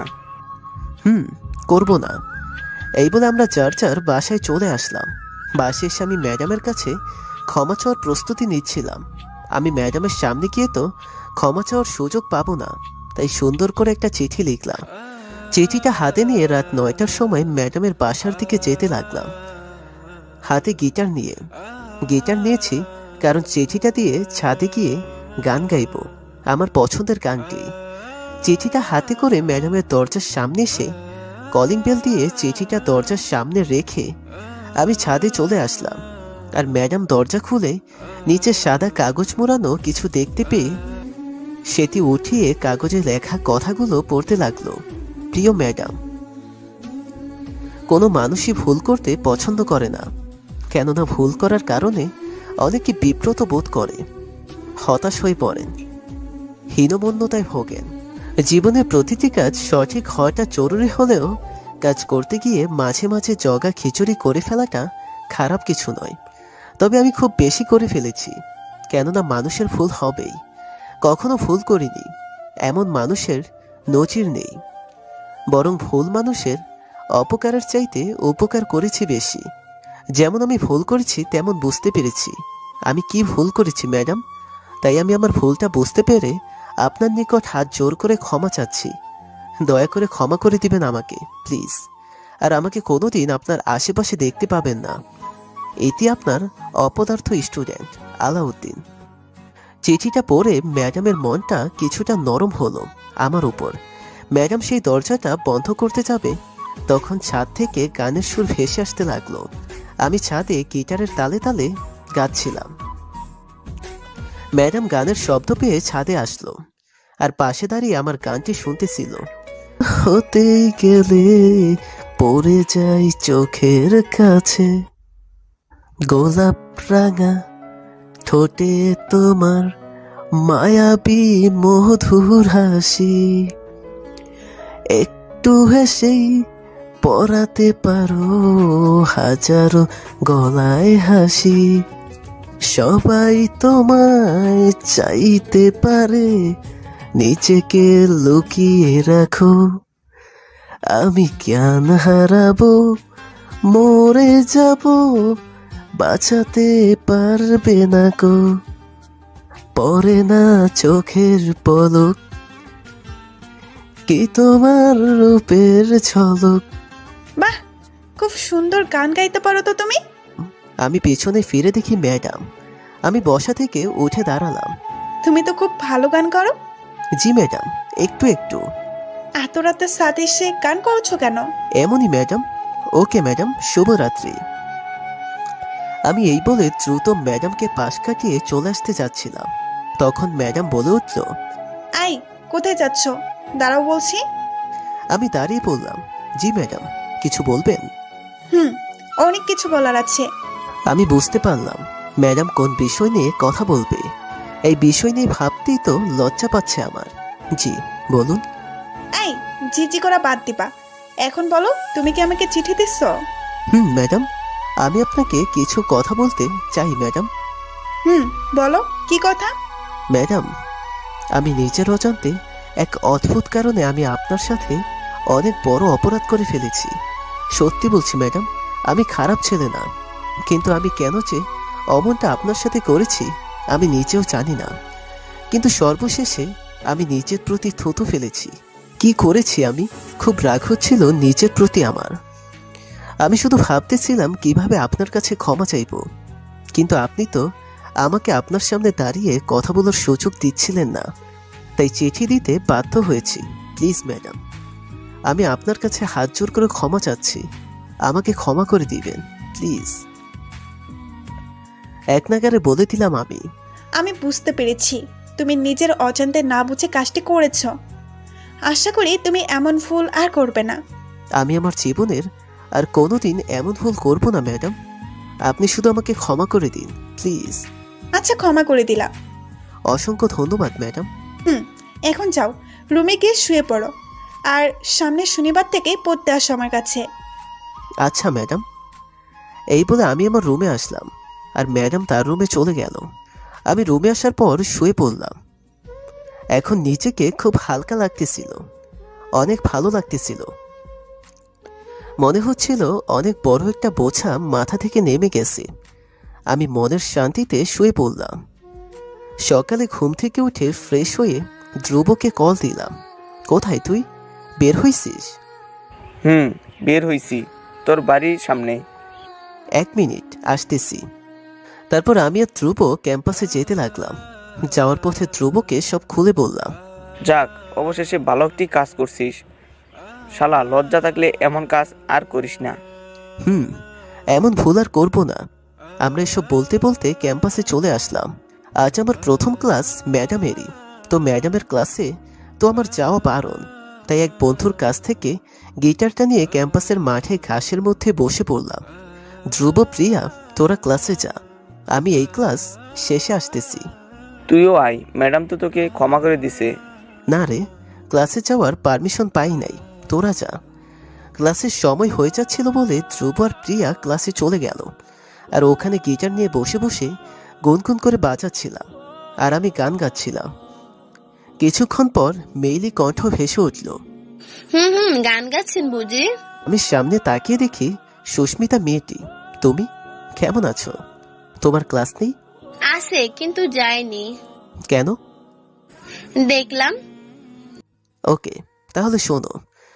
সুস্মিতা মেয়েটি আর পাশে বসেছিল, আর আমি গুনগুন করে গাইতে লাগলাম তাহসানের প্রেমাতাল গানটি। এ যেন সহজ স্বীকারোক্তি, আমি যুগান্তরী নয়। এ যেন ভীষণ আক্ষেপ আমার, তুমি দিগ্বিজয়ী নয়। শুধু একটাই আশা, আমি বুকে জড়িয়ে রব সারাটি জীবন তোমায় নিয়ে। কোনো এক নিঃসঙ্গ রোদেলা রাতে দেখেছি প্রিয়তমা তোমার চোখের। আমি গান গাচ্ছিলাম আর সুস্মিতা মন দিয়ে শুনতেছিল। আর এরই মধ্যে ম্যাডাম আমাদের ক্লাসে যাবার সময় দেখতে পেল আমি ক্যাম্পাসের মাঠে বসে গান গাচ্ছি একটি মেয়েকে পাশে বসিয়ে। এটি দেখে তো ম্যাডাম রেগে গেল সঙ্গে সঙ্গে। বেয়াদব, ক্লাস বাদ দিয়ে এসব করে বেড়াচ্ছ? খুব সুন্দর করে গান গান তো আপনি। ধন্যবাদ। আমাকে প্রতিদিন গান শোনাবেন তো? প্রতিদিন শোনাতে পারবো না, তবে মাঝে মধ্যে শোনাবো। আচ্ছা। আমরা দুজনে বসে বসে গল্প করতেছিলাম আর এদিকে ম্যাডাম রাগী ভাব নিয়ে ক্লাসে ঢুকলো। আমার সাথে একটি মেয়েকে দেখে ম্যাডামের চেয়ে কেন এত রাগ হচ্ছে ম্যাডামের মাথায় আসতেছে। ম্যাডাম ক্লাসে গিয়ে ধ্রুবকে দাঁড় করালো। ধ্রুব, জি ম্যাম। তোমার বেয়াদব বন্ধুটা কোথায়? ম্যাম আলাউদ্দিনের কথা বলেছে। তিনি কোথায়? ম্যাডাম রেগে গেছে প্রচুর। ও তো মনে হয় ক্যাম্পাসের মাঠে বসে আছে। শুধু কি বসে আছে নাকি অন্য কিছু করতেছে? আমি তো জানি না। ম্যাডামের রাগ দেখে ধ্রুব ভয় পেয়ে গেল। এইভাবে ম্যাডাম আজ আবার আমাকে কি করে। যাও, বেয়াদবটাকে কান ধরে ক্লাসে নিয়ে আসো এখনই। Okay madam. ধ্রুব দ্রুত ক্লাস থেকে বের হয়ে আমার কাছে দৌড়ে আসলো। দ্রুত আমার কাছে এসে, ওই শালা আবার কি করছিস? ধ্রুবর এরকম অবস্থা দেখে আমি আর সুস্মিতা দাঁড়িয়ে গেলাম। ধ্রুবকে বললাম, আমি কি করব? কিছু করো নাই? কিছু না করলে ম্যাডাম আবার তোর উপরে রাগালো কেন? কি বলিস? ম্যাডাম আবার রাগ করে আছে আমার উপর? রেগে আছে বলেই তো রাগী গলা আমাকে বললো তোকে ক্লাসে নিয়ে যেতে। কি বলেছে ম্যাডাম? ম্যাডাম তো রুমে আছে, আমাকে দাঁড় করিয়ে বলা শুরু করলো। সবকিছু ধ্রুব আমাকে বলল। আমি সবকিছু শোনার পর অবাক হয়ে বললাম, বন্ধু বিশ্বাস কর, আমি কিছুই করিনি। তাহলে ম্যাডাম রেগে আছে কেন? জানি না। আচ্ছা ক্লাস আয়, দেখি ম্যাডাম কি বলে। তারপর সুস্মিতাকে বিদায় জানিয়ে আমরা ক্লাসে গেলাম। না জানি আজ কপালে কি আছে। আমি আর ধ্রুব ক্লাসের সামনে গিয়ে, ম্যাম আসবো? আসো। ক্লাসে ঢোকার সময় ম্যামের দিকে তাকালাম। ম্যাডাম দেখে আমার দিকে ভ্রু কুঁচকে তাকিয়ে আছে। ম্যাডামের এরকম চাহনি দেখে আমার দৃষ্টি সরিয়ে ধ্রুবর পিছু পিছু পিছনের দিকে যাচ্ছিলাম, কিন্তু তখনই ম্যাডাম পেছন থেকে ডেকে বসলো। এই যে বেয়াদব। আমি ঘুরে দাঁড়ালাম। আপনি কোথায় যাচ্ছেন? এদিকে আসেন। আমি ম্যাডামের সামনে গিয়ে দাঁড়ালাম। জি ম্যাম। কোথায় ছিলেন আপনি ক্লাসে না এসে? ম্যাডাম আমি তো মাঠে বসেছিলাম। মাঠে কি ক্লাস বাদ দিয়ে? ম্যাডাম আমি তো কিছু করিনি। কিছু করছেন কিনা তা আমি জানি। শুনুন, ক্লাস বাদ দিয়ে বাইরে দেখলে আপনার কপালে শনি আছে। জি ম্যাম, আর এমন হবে না। যান এখন। ধন্যবাদ ম্যাম। যাক, অল্পেই পার হয়ে গেছি। আমি ধ্রুবদের কাছে যাচ্ছিলাম, তখন ম্যাম বলে উঠল, আই বেয়াদব, সামনের ওই সিটে বসো। আমার জীবনে কখনো সামনে বসি না। সামনে বসলেই পড়া ধরে। না, সামনের সিটে বসবে আজ থেকে। পেছনে দেখলেই কপালে দুঃখ আছে। জি ম্যাম। তারপর আমি সামনের সিটে বসলাম, কিন্তু জীবনের প্রথম সামনের সিটে বসে নার্ভাস ফিল করতেছিলাম। আবার কিছুক্ষণ পর ম্যাডাম পড়া ধরা শুরু করলো, আর আমার অবস্থা যাতা হতে শুরু করলো। তখন আরো এই পড়া ধরার জন্যই আমি কখনো সামনের সিটে বসিনি। আমার আশেপাশে সকলেই দাঁড় করিয়ে ম্যাডাম পড়া ধরতেছিল, আর এইসব দেখে আমি তো খামতে শুরু করলাম। কখন জানি আমাকে ডেকে বসে। আমার অবস্থা দেখে ম্যাডাম তো মিটমিট করে হাসতে লাগলো। আর কিছুক্ষণ পর ম্যাম আমাকে ডেকে বসলো। আলাউদ্দিন। খাইছে, এখন কি করি? আর কাঁপতে কাঁপতে দাঁড়ালাম। জি ম্যাম। তুমি এত ঘামছো কেন? এমনি ম্যাডাম। বুঝতে পারছি, বসো। আর শোনো, সামনে যেহেতু আগামীকাল থেকে বসবা, প্রিপারেশন নিয়ে এসো, না হলে এইভাবে ঘামে জলে ভাসতে হবে। ক্লাসের সকলে হেসে দিল। জি ম্যাম। ছি ছি, লজ্জায় মাথা কাটা যাচ্ছিল আমার। না না, আগামীকাল থেকে অন্তত ম্যাডামের ক্লাসের পড়াটা ক্লিয়ার করে আসতে হবে। তারপর ম্যাডাম ক্লাস করে চলে গেল, কিন্তু আমি একটা বিষয় খেয়াল করেছি, ম্যাম বারবার আমার দিকে তাকাচ্ছিল। কেন তাকাচ্ছিল জানি না। যাই হোক, ম্যামের ক্লাস শেষে আমি ধ্রুব পিয়া বাইরে আসলাম। বন্ধু, ম্যাম তো তোকে প্যারায় ফেলে দিছে। ঠিক বলছিস, আমি বাঁচতেছি না আমার চালায়, কি যে প্যারায় পড়লাম। পড়া কমপ্লিট করে ক্লাসে যেতে হবে কাল থেকে, না হলে হাসির পাত্র হতে হবে প্রতিদিন। হারামিরা আমার কথা শুনে মজা নিচ্ছিল। তারপর আমরা বাসায় চলে আসলাম যার যার মতো। মাথার মধ্যে একটা টেনশন নিয়ে বাসায় আসলাম, কিন্তু বাসায় এসে আরেক ঝামেলা ঘটল। বাসায় ঢোকার সাথে সাথে আম্মুর সামনে এসে হাজির, মুখের রাগই ভাব স্পষ্ট। তুই ক্যাম্পাসে যাস পড়াশোনা করতে, নাকি ক্লাস বাদ দিয়ে মেয়েদের সাথে মাঠে বসে বসে গান গাইতে? আম্মু এই বলে এক আছাড় মারল আমার গিটার। আমার গিটার সেখানে সোফার উপর ছিল, গিটারটা ভেঙে চুরমার হয়ে গেল। আম্মু কি করলে এটি? একদম ঠিক করছি, গান গাওয়া। ক্লাস বাদ দিয়ে আজকের পর এরকম কথা যদি আবার শুনি। তোমাকে এসব কে বললো? তোর ম্যাম আমাকে সব বলছে। ম্যাডাম? তার মানে ম্যাডাম আমার গান গাওয়া দেখে ক্লাসে এরকম করলো, আর বাসে এসে বলে দিছে সব ঠিক ছিল। কিন্তু ম্যাম কেন রাগ করলো? আমার গান তো ম্যাম পছন্দ করে, নাকি সুস্মিতাকে পাশে নিয়ে গান গাচ্ছিলাম বলে ম্যাম রাগ করেছে? বুঝতেছি না। আমার স্বাদের গিটার, কান্না পাচ্ছে আমার। খাওয়া দাওয়া বন্ধ করে দিলাম।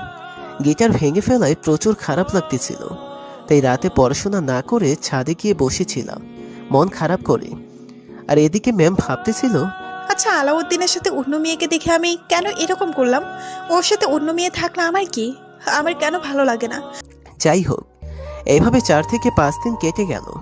ম্যাডামের কথা মতো সামনে বসি, পড়াও দিই নিয়মিত, আর ম্যাডামের কাছে বিকেলে পড়তেও আসি।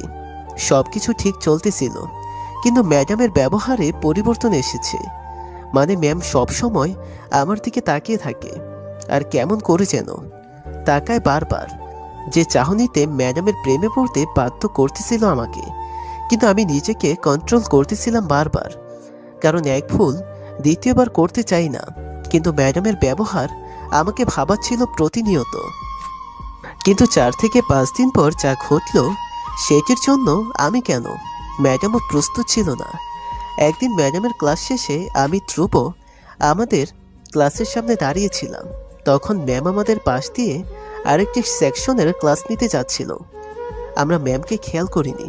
ঠিক তখনই প্রিয়া এসে হাজির। আলাউদ্দিন, তোকে সুস্মিতা রাখছে ক্যাম্পাসে পুকুর পাড়ে। প্রিয়ার কথা শুনে ম্যাম থেমে গেল, আড়ালে দাঁড়ালো। কেন ডাকে? জানি না, মনে হয় কিছু বলবে। ওকে, তোরা থাক, আমি ঘুরে আসতেছি। এই বলে আমি সুস্মিতার কাছে গেলাম, আর ম্যাডাম ক্লাসে না গিয়ে আমার পিছু পিছু আসলো। কেন আসলো ম্যাম নিজেও জানে না। আমি সুস্মিতার কাছে গেলাম, আর ম্যাম আড়াল থেকে সব দেখতে লাগলো। সুস্মিতা পুকুরের দিকে মুখ করে দাঁড়িয়েছিল। সুস্মিতা কিছু বলবে, আমার কথা শুনতেই সুস্মিতা আমার দিকে ঘোরে আমার সামনে বসে পড়ল, হাতে গোলাপ নিয়ে, আর বলল, I love you, do you love me? আমি তো পুরো অবাক। ম্যাডাম এটি দেখার সাথে সাথে রেগে আগুন হয়ে এখান থেকে চলে গেল। ও মাই গড! কি হলো? তুমি আমাকে ভালোবাসলে কবে থেকে? জানি না, তবে ভালোবেসে। ও সরি, আমার বোঝা উচিত ছিল। যাকে ভালোবেসেছি সে তো অন্য কাউকে ভালোবাসতে পারে। আরে আরে শোনো, প্লিজ কান্নাকাটি করো না। তুমি আমাকে আগে বলে দিয়ে ভালো করেছো, কারণ কষ্ট কম পাবে। তবে তুমি একটি খুব মিষ্টি মেয়ে, আমার থেকে ভালো ছেলে পাবে। আমি তোমার পাশে আছি বড় ভাই হিসেবে। আমি আসি। আরে শুনে যাও। আমার কথায় সাড়া না দিয়ে চলে গেল, কান্না কান্না ভাব। আমি আর ওখানে না থেকে ধ্রুব পিয়ার কাছে আসলাম। কিরে সুস্মিতা কি বললো? আরে তেমন কিছু না। ও আচ্ছা, চল বাসে যেতে হবে তো। না রে, তোরা যা। ম্যাডাম বলছিল কলেজ শেষে ম্যাডামের সাথে মার্কেটে যেতে, তোরা যা। ওকে থাক তুই, আমরা গেলাম। এই বলে ধ্রুব আর প্রিয়া চলে গেল, আর আমি ম্যাডামের জন্য ওয়েট করতেছিলাম। কিন্তু ম্যাডাম বের হচ্ছিল না। সব স্যার ম্যাডামরা বের হলো, কিন্তু ম্যাডামের খবর নাই। অবশেষে যখন ম্যাডাম বের হলো, আমি ম্যাডামের সামনে গেলাম। ম্যাডাম, সেই কখন থেকে ওয়েট করতেছি, আপনার আসার খবর নেই। মনে হলো ম্যাডামের মন খারাপ। কেন ম্যাডাম, আপনার কি মন খারাপ? না, মন খারাপ হবে কেন? আমার মনে হচ্ছে তোমার মন আজ খুব খুশি। কি বলেন ম্যাডাম? আচ্ছা বাদ দাও, আমি বাসায় যাচ্ছি। ম্যাডাম বাসায় যাবার পর সোফায় মন খারাপ করে বসে পড়ল আর ফুপিয়ে ফুপিয়ে কান্না করতেছিল। ম্যাডাম মনে মনে বলতেছে, আচ্ছা আমি কেন এত কষ্ট পাচ্ছি? ওর সাথে অন্য মেয়েকে দেখে আমি কেন কান্না করছি? তাহলে আমি কি ওকে ভালোবেসে ফেলেছি? এই জন্য কি ওর পাশে আমি অন্য মেয়েকে সহ্য করতে পারি না? এসব ভাবতেছে আর ম্যাডাম চোখের জল ফেলতেছে। ভাবতে ভাবতে একসময় ম্যাডাম মনে মনে শিওর হয়ে পড়েছে ম্যাডাম আমাকে ভালোবেসে ফেলেছে। তাই ম্যাডাম এখন কি করবে ভেবে পাচ্ছে না। যাই হোক, বিকেলে আমি ম্যাডামের কাছে পড়তে গেলাম। আসসালামু আলাইকুম। ওয়ালাইকুম আসসালাম, আসো। তবে ম্যাডামের মুখ ভার।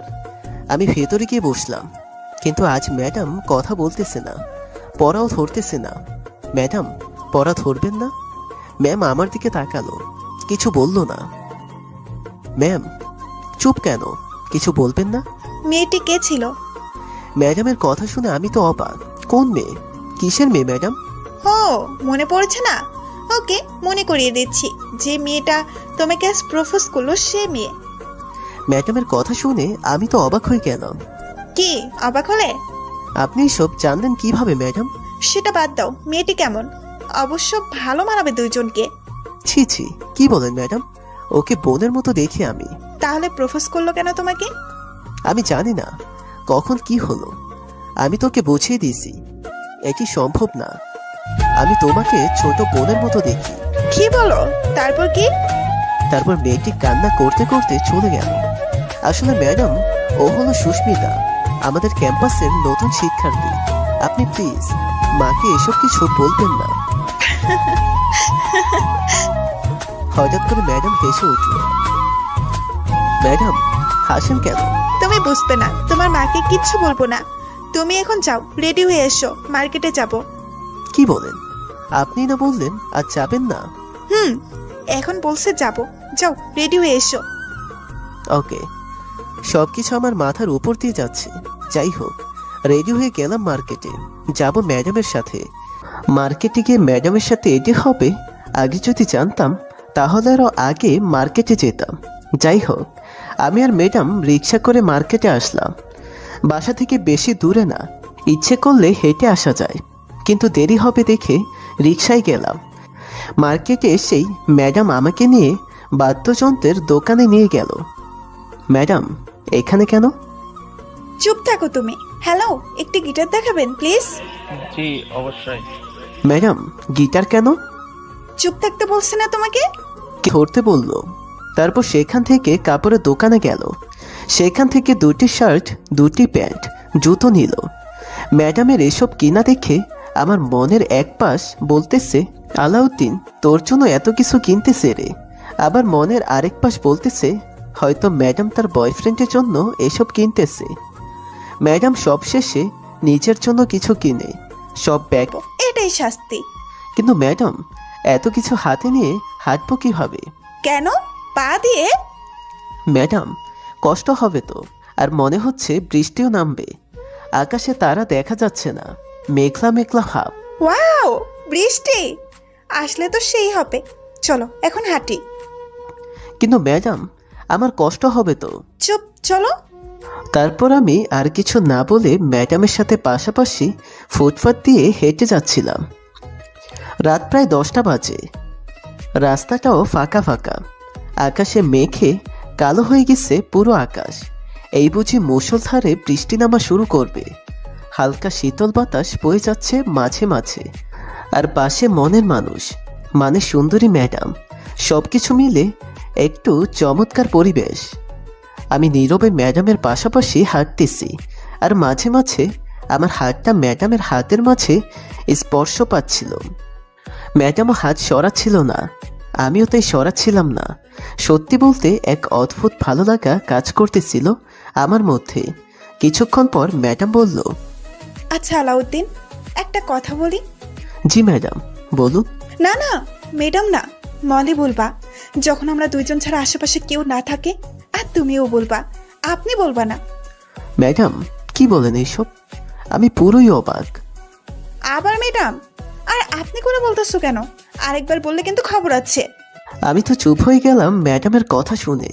ম্যাডাম কি বলে? আমার প্রেমে হাবুডুবু খাচ্ছে নাকি ম্যাডাম? দেখে তো তাই মনে হচ্ছে। কি হলো, চুপ কেন, বলো, বলবা? ওকে, বলবো।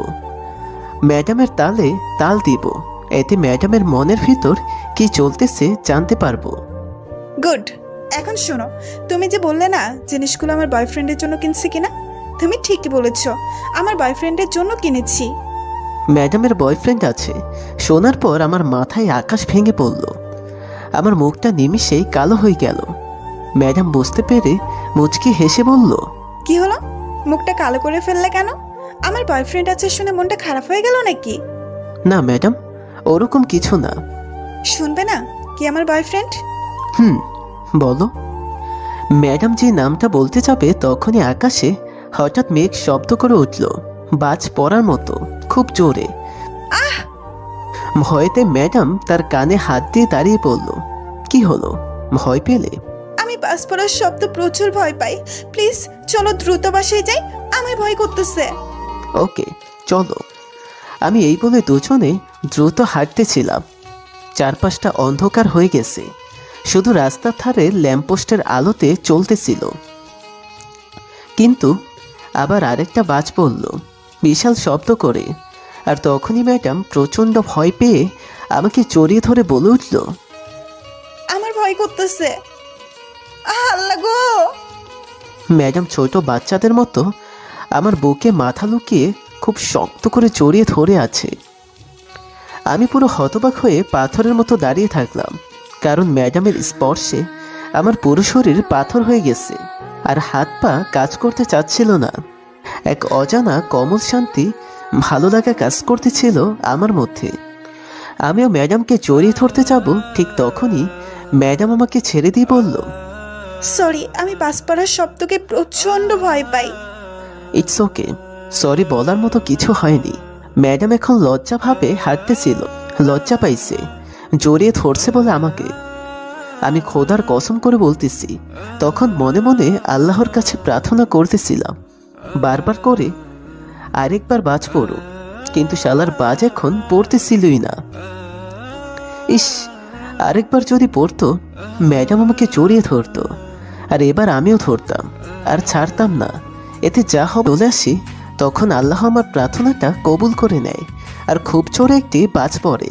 বাজ পড়ার শব্দের আগেও দ্রুত ম্যাডাম আমাকে জড়িয়ে ধরল। মনে হচ্ছিল ম্যাডামও মনে মনে বাজ পড়ুক এটি চাচ্ছিল, যাতে আমাকে জড়িয়ে ধরতে পারে। এবার আমাকে জড়িয়ে ধরার সঙ্গে সঙ্গে আমিও ম্যাডামকে শক্ত করে জড়িয়ে ধরলাম, আর আমি যেই জড়িয়ে ধরছি ম্যাডাম কেঁপে উঠল আমার বুকের মধ্যে। এভাবে 2 থেকে 3 মিনিট দুজন দুজনকে জড়িয়ে ধরে রাখলাম, কেউ কাউকে ছাড়তেছি না।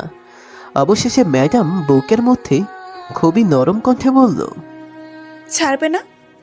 আমিও খুব আস্তে বললাম, না। কেন? ছাড়ার জন্য কি ধরেছি নাকি?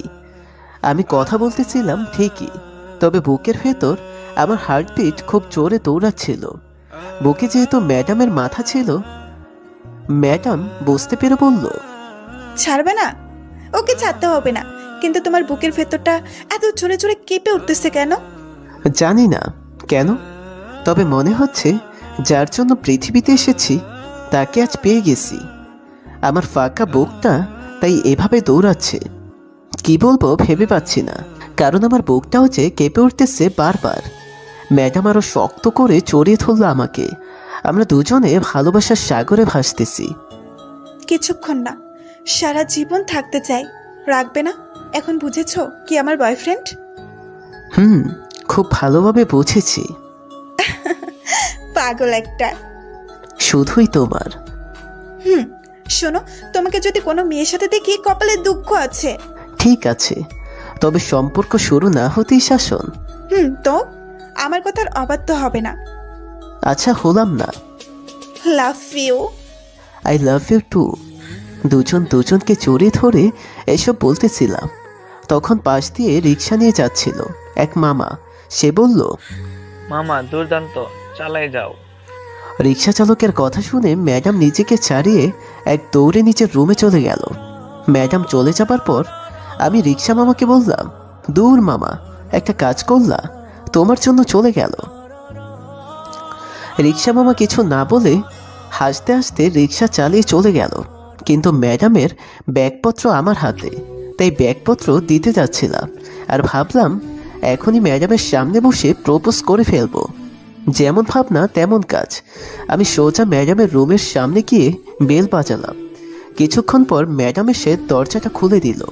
আমি ম্যাডামের দিকে তাকিয়ে দেখি ম্যাডাম লজ্জায় মাথা নিচু করতেছে না। ভেতরে আসো। আমি ভেতরে যাবার পর ম্যাডাম দরজাটা আটকে সোফায় বসতে যাচ্ছিল, তখন পিছন থেকে আমি ম্যাডামের হাতটা ধরে ম্যাডামকে আমার দিকে ঘোরালাম। আমার স্পর্শ পেয়ে ম্যাডাম কেঁপে উঠল। আমার দিকে ঘুরে ম্যাডাম আমার চোখের দিকে তাকাতে পারতেছে না লজ্জায়। আমি চুপচাপ ম্যাডামের হাতটা ধরে হাঁটু গেড়ে ম্যাডামের সামনে নায়কদের মতো বসে পড়লাম। আর এখন ম্যাডাম আমার চোখের দিকে তাকালো মায়াবী চোখে। আমি তখন বলতে শুরু করলাম, ম্যাডাম, মনের কথা বলতে বেশি সময় নেওয়া ঠিক নয়, তাই আর দেরি না করে বলে দিচ্ছি, ভালোবাসি তোমাকে। সারা জীবন তোমাকে ভালোবেসে তোমার হাতে হাত রেখে পথ চলতে চাই। I love you so much. Madam শুধু লজ্জায় মুচকে হাসতেছে। আমার উত্তরটা, সময় হলেই পাবে। আমি যে এখনই চাই। ধৈর্যের ফল মিষ্টি হয়। ম্যাডামের কথাটি শুনে আমি উঠে দাঁড়িয়ে ম্যাডামের হাত ধরে টান দিয়ে আমার একদম কাছে আনলাম। ম্যাডামের নিঃশ্বাস আমার নিঃশ্বাসের ওপর পড়ছে। কি বলবে না এখন উত্তরটা? ম্যাডাম পুরো চুপ। ম্যাডাম মাথাটা নিচু করে দাঁড়িয়ে আছে। ম্যাডামের চোখ দুটি আমার ঠোঁটের কাছে। কি অপূর্ব চোখগুলো। চোখের মায়ায় পড়ে কি আমার ঠোঁটের স্পর্শ শুয়ে দিলাম মায়াবী চোখের ওপর। এতে ম্যাডাম কেঁপে উঠল আর সঙ্গে সঙ্গে আমাকে জড়িয়ে ধরল শক্ত করে।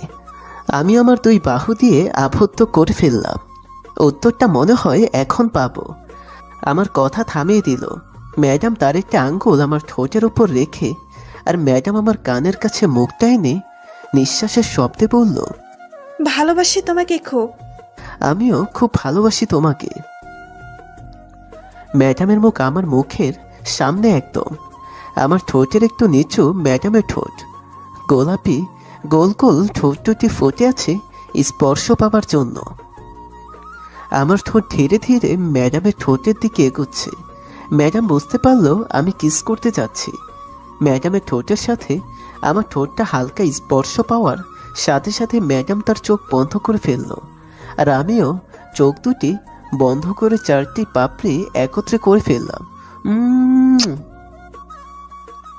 দুজন দুজনকে জড়িয়ে ধরে কিস করতেছিলাম। কিছুক্ষণ পর দুজন দুজনকে ছেড়ে দিয়ে জড়িয়ে ধরে থাকলাম। দুজনেই হাঁপাচ্ছি, বুকের ডুকডুকানি বেড়ে গেছে, জড়িয়ে ধরে আছি শক্ত করে। তখন ম্যাডাম বলল, এই। আমি কোনো কথা না বলে শক্ত করে জড়িয়ে ধরে আছি। আলাউদ্দিন। বলো। এখন ছাড়ো আর রুমে যাও। থাকি না আর কিছুক্ষণ? না, অনেক হয়েছে, এখন যাও তো। আচ্ছা, love you, bye. Love you too, bye. Bye. তারপর আমি আমার রুমে চলে আসলাম।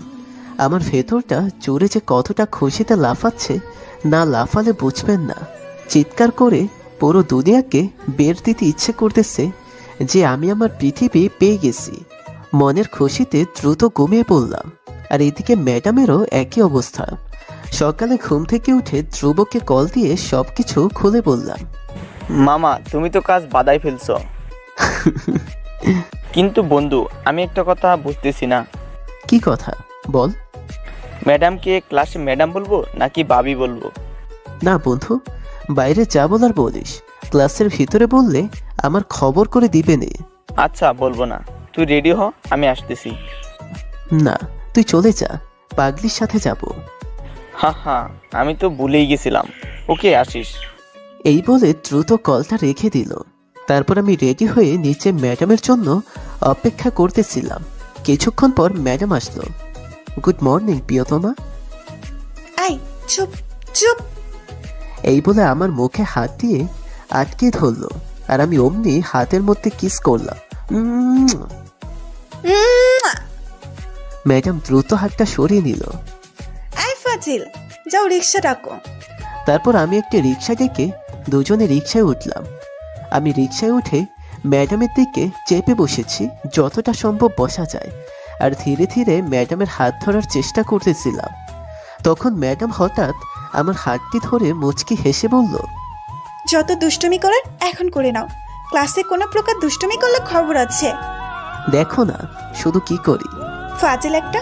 আর শোনো, বলো। কোনো মেয়ের সাথে কথা বলতে দেখলে হয়, দেখো কি করি।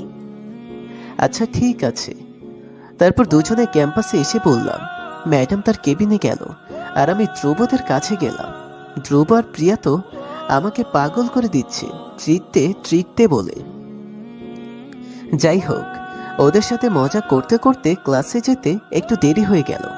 আর এরই মধ্যে ম্যাডাম আমাদের আগে ক্লাসে ঢুকে গেছে। আমাকে না দেখতে পেয়ে কিছুটা রেগে আছে। আমরা যখন গেলাম, ম্যাডাম আসবো? আসো। আমরা রুমের মধ্যে ঢুকলাম। আমার মধ্যে ভয় কাজ করতেছে, কারণ দেরি করছি।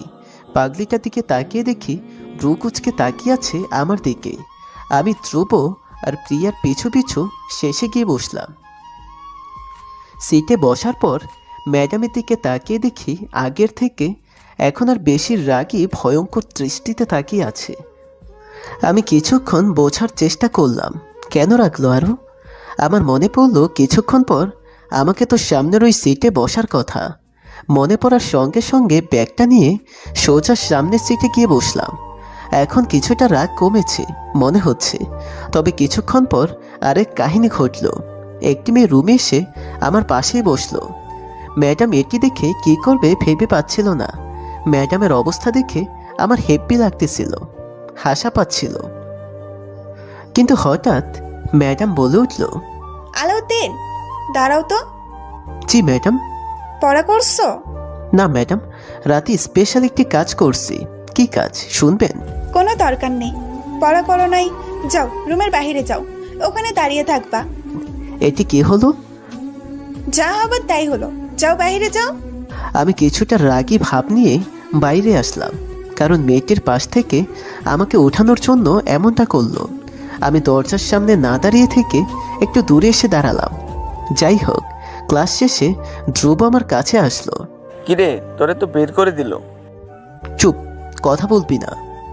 তখন ধ্রুব মজা করে একটি প্রশ্ন করলো, এখন বলতো তোর পছন্দের ম্যাডাম কে? পাশ দিয়ে তখন পাগলিটাও যাচ্ছিল ক্লাস শেষ করে। আমি রেগে বললাম, মলি ম্যাডাম না, শেরিন ম্যাডাম আমার পছন্দের ম্যাডাম। আমার উত্তর শুনে ধ্রুব হেসে দিল, আর ম্যাডাম রেগে মনে মনে বলল, শয়তান, আজ বাসায় আয়, তোর পছন্দের ম্যাডামকে বোঝাচ্ছি। আড়াল থেকে মলি আমার কথাগুলো রেখে মনে মনে কথাটি বলে চলে গেল। আমরাও কিছুক্ষণ পর যার যার মতো বাসায় চলে গেলাম। বাসায় যাবার পর খাবার খেয়ে একটু রেস্ট নিলাম। তারপর বই খাতা নিয়ে প্রেমিক ম্যাডামের কাছে পড়তে গেলাম। একটু রাগ ছিল আমার, কারণ মলি আমাকে ক্লাসে অপমান করেছে একটি মেয়ের জন্য, তাই একটু অভিমান করেছিলাম। কিন্তু আমি বেল বাজানোর পর মলি দরজা খোলার পর আমার দিকে চোখ বড় বড় করে তাকিয়ে রইল। কি হয়েছে? দরজা খুলেই এভাবে তাকিয়ে আছো কেন? কিছু না বলে ওভাবেই তাকিয়ে আছে। আমি বুঝতে পারলাম কোন কারণে রেগে আছে, তবে কারণটা কি বুঝতেছি না। কি হলো, চুপ কেন? ভেতরে আয় কুত্তা। আমি ভেতরে ঠুকতে ঠুকতে বললাম, সোনা কি হয়েছে, রেগে আছো কেন? নরম সুরে বললাম যাতে রাগটা কমে যায়। মলি দরজাটা বন্ধ করে আমার সামনে এসে বসলো আর বলল, তোর প্রিয় ম্যাডাম কে যেন? মলি ম্যাডামের কথা শুনে আমি পুরো অবাক। হঠাৎ এই কথা বললো কেন ম্যাডাম? তার মানে ম্যাডাম আমার কথা শুনে ফেলছিল। খাইছে। কে? কি ভাবেন স্যার, বলুন প্রিয় ম্যাডাম কে? আমি আমতা করে বললাম, এটি বলার কি আছে, আমার প্রিয় ম্যাডাম তো তুমি। আমি হাসি মুখে বললাম, তাই? তখন যেন কার নাম বললেন স্যার, সেই নামটা কি উধাও হয়ে গেল? আমি বুঝতে পেরে মাথা নিচু করে নরম কণ্ঠে বললাম, সরি। কেন সরি কেন? কোনো সরিতে কাজ হবে না। আমি তো মজা করে বলছি, তখন মন থেকে তো বলি নাই। মজা তাই না? মজা ছুটাচ্ছি, দাঁড়াও। আমি দাঁড়ালাম অসহায় চোখে তাকিয়ে। কান ধরো। না, হ্যাঁ কান ধরতে বলছি। আমি বুঝতে পেরে ভালো ছেলের মতো কান ধরলাম। এভাবে কান ধরে দাঁড়িয়ে থাকো। আমি কান ধরে দাঁড়িয়ে আছি। কিছুক্ষণ পর বললাম, আমার পা ব্যথা করতেছে। 2 মিনিটও হয় নাই আর পা ব্যথা শুরু হয়ে গেছে? এবার ছাড়ি কান। না, আরো 10 মিনিট। আমি তখন বিরক্ত হয়ে বিড়বিড় করে বললাম, নিজে যে বিনা কারণে আমাকে ক্লাস থেকে বের করে দিল সেদিকে খেয়ালই নেই। কি বললে? কই কিছু না তো। আর কিছুক্ষণ পর মলি বলল। আমি দ্রুত বসলাম, তবে মনটা ভার করে আছি, মানে অভিমান করে। পড়া বের করো। আমি কিছু না বলে মাথা নিচু করে থাকলাম। কি অভিমান করছো? কোনো লাভ নাই, দোষ করছো, শাস্তি দিচ্ছি, পড়া বের করো। করব না। মলি বুঝতে পারলো আমি বড্ড অভিমান করেছি, তাই আমার কাছে এসে বলল, আমার পাগলটা কি অভিমান করেছে? করেছি তো। উম্মা। আমার কপালে চুমু এঁকে দিল। এখনো কি অভিমান আছে নাকি কমেছে? অভিমান কমে জলে পরিণত হয়ে গেছে। পাগল একটা। শুধুই তোমার। শুধু আমার। আর এভাবেই মান অভিমান খুনসুটি নিয়ে চলছিল আমাদের ভালোবাসা। কিন্তু আমার ভালোবাসায় বড় একটি বিপর্যয় নেমে আসে, যা আসবে আমরা আগে থেকে জানতাম। এরকমটা হওয়াটাই স্বাভাবিক ছিল। একদিন আমি আর মলি আমাদের বিল্ডিংয়ের ছাদে বসেছিলাম। দুজনে হাতে হাত রেখে বসে বসে গল্প করতেছিলাম। তখন হঠাৎ মলির ফোনটা বেজে ওঠে। কে কল দিছে মহারানী? চুপ, বাসা থেকে বাবা কল দিচ্ছে। আমাকে চুপ করে দিয়ে মলি কলটা ধরল। আসসালামু আলাইকুম বাবা। ওয়ালাইকুম আসসালাম। মা তুমি কেমন আছো? মলি লাউড স্পিকার দিছিল, তাই শুনতেছিলাম আমিও। বাবা ভালো আছি, তোমরা সকলে কেমন আছো? মা ভালো আছি। মা তোকে একটা কথা বলার জন্য কল দিছিলাম। বাবা বলো। মা তোকে একটু কাল বাসায় আসতে হবে। বাসায় যাব? কেন বাবা? আরে আগে তো আসলেই বুঝতে পারবি সব। আসতেই হবে? না আসলে হবে না? না না, আসতে হবে তোকে। ওকে, আসবো। তবে কি পরের দিন চলে আসবো কিন্তু। আচ্ছা ঠিক আছে। ওকে। তারপর মলি কিছুক্ষণ বাবার সাথে কথা বলে কলটা কেটে দিল। তাহলে কালকে আমাকে রেখে গ্রামে যাবা? আরে পাগল, একদিনের জন্য যেতে তো হবেই। কেন যেতে বলতেছে? জানি না তো কেন যেতে বললো, ওখানে গিয়ে শুনেই তোমাকে জানাবো, কেমন? মলি কালকে চলে যাবে শুনেই মনটা খারাপ হয়ে গেল। যদিও একদিনের জন্য, তবু আমার ভালো লাগতেছিল না। কেমন জানি ভালো লাগতেছিল না কোনো কিছুই। মনে হচ্ছিল জীবন থেকে বড় একটা মূল্যবান জিনিস হারিয়ে যাচ্ছে। যাই হোক, পরের ম্যাডাম রেডি হয়ে বের হয়ে গেল। রাস্তায় যাবার পথে কথা হয়েছে বারবার, কিন্তু বাড়িতে ঢোকার পর আর কথা হয়নি পাগলিটার সাথে। প্রায় 3 ঘন্টা হতে চলল, মলির কোনো খবর পাই নাই। অনেকবার কল দিছি, শুধু কেটে দিচ্ছে বারবার। খুব টেনশন হচ্ছিল। এভাবেই সন্ধ্যা হতে চলল। সন্ধ্যা হওয়ার কিছুক্ষণ পর মলির নাম্বার থেকে কল আসলো। সাথে সাথে কলটা ধরলাম। এই পাগলি, কি হয়েছে? এতক্ষণ কোথায় ছিলে? কিন্তু মলির ওপাশ থেকে শুধু মলির চাপা কান্নার শব্দ আসতে লাগলো। আমি মলির কান্না শুনে অবাক হয়ে বললাম, এই পাগলি, কান্না করতেছো কেন? কি হয়েছে বলো না প্লিজ। আমার সাথে কেন এমন হলো? এটি বলে মলি কান্না করতে লাগলো। আরে কি হয়েছে সেটি তো বলো। আমি পুরো অবাক হয়ে। আয় মা, এখানে বস। মলির মা মলিকে তার পাশে বসতে বলল। মলি চুপচাপ তার মায়ের কাছে গিয়ে বসলো। মলির সামনে 4-5 জন অপরিচিত মুখ, একটি ছেলে, 2 জন বয়স্ক মানুষ আর একজন মহিলা। মলির মাথার মধ্যে কিছুই ঢুকছিল না। কি মঞ্জুর সাহেব, কেমন দেখলেন? মাশাআল্লাহ, মেয়ে আমাদের খুব পছন্দ হয়েছে। মলির এখন আর বুঝতে অসুবিধা হলো না কেন তার বাবা মা তাকে বাসায় আনলো। হ্যাঁ, মলির বাবা মা মলির বিয়ে ঠিক করেছে। এগুলো কি হচ্ছে মা? চুপ, পরে বলবো, বসে থাক চুপ করে। মলির মন চাচ্ছে চিৎকার করে এইসবের প্রতিবাদ করতে, কিন্তু পারছে না, কারণ তার বাবা মার মান সম্মান নষ্ট হবে এই ভেবে। তাই সবকিছু সহ্য করে মলি চুপ করে সেখানে বসেছিল। তাহলে দিনকাল ঠিক করি, কি বলেন? আচ্ছা। তারপর তারা কথাবার্তা বলে মলির বিয়েতে 3 তারিখ ঠিক করলো। লোকজন সব বাসা থেকে বের হবার পর মলি একটু আড়াল এসে আমাকে কল দিল। এই পাগলি, কি বলো এসব? বিশ্বাস করো, আমি এগুলোর কিছুই জানতাম না। এখন কি করবা? জানি না, করব আমি। বাবা অনেক রাগী মানুষ, বাবা কখনো আমাদের ভালোবাসা মানবে না। তাহলে কি করবা? চলো পালিয়ে যাই দুজনে। না, এখন এসব না। আমি এখন বাবা মার সাথে কথা বলবো তোমাকে নিয়ে। জানি কোনো লাভ হবে না, কারণ বাবার কাছে সবকিছুর ঊর্ধ্বে তার মান সম্মান। এ কেমন পরিবার তোমার, যার বিয়ে তার সাথে কথা না বলে ছেলে বাড়ির ওপর নিয়ে আসছে? যে সারা জীবন সংসার করবে তার কাছে একবারও কি বিষয়টা বলার প্রয়োজন বোধ মনে করলো না তোমার বাবা মা? তারা যা বলবে সেটাই মেনে নিতে হয় আমাদের। ছোটকাল থেকে যা চেয়েছি সব কুরবানি দিয়েছি তাদের ইচ্ছা পূরণ করতে। তোমার বাবা মা শিক্ষিত তো মলি? আলাউদ্দিন, সরি, কিছু মনে করো না, তবে আমি বলতে বাধ্য হচ্ছি, তোমার বাবা মা অশিক্ষিতর মতো বিয়ে ঠিক করেছে। মনে হচ্ছে তারা সংসার করবে, তুমি না। তাই ইচ্ছার মূল্য তোমার নেই। তুমি ঠিকই বলেছ। তারা কি একবারও জানার প্রয়োজন বোধ মনে করলো না আমি বিয়েটা করতে রাজি কিনা, আমার কোনো পছন্দ অপছন্দ আছে কিনা? এখন যদি আমি তাদের মান সম্মান সব শেষ করে দিয়ে তোমার হাত ধরে চলে আসি, তাহলে কি আমি ঠিক করব? না, ঠিক করবে না। এতে তোমার আর তোমার পরিবারের মধ্যে কোনো শিক্ষিত এর ভাব থাকবে না। মানে? মনে রেখো, তোমার পরিবার তোমাকে না জানিয়ে বিয়ে ঠিক করে অশিক্ষিতদের মতো কাজ করেছে। তোমার ইচ্ছার কথা জানতে চাই না, তবুও যদি তাদের মতো তোমার ভালোবাসার কথা তাদেরকে না বলে তারা রাজি কিনা তোমার ভালোবাসা গ্রহণ করতে, এগুলো না জানিয়ে আমার হাত ধরে চলে আসো, তাহলে তুমিও অশিক্ষিতদের মতো কাজ করবে। আমি এখন তাদেরকে বলবো আমার ইচ্ছার কথা। তারা শুনতে না চাইলেও আমি বলবো।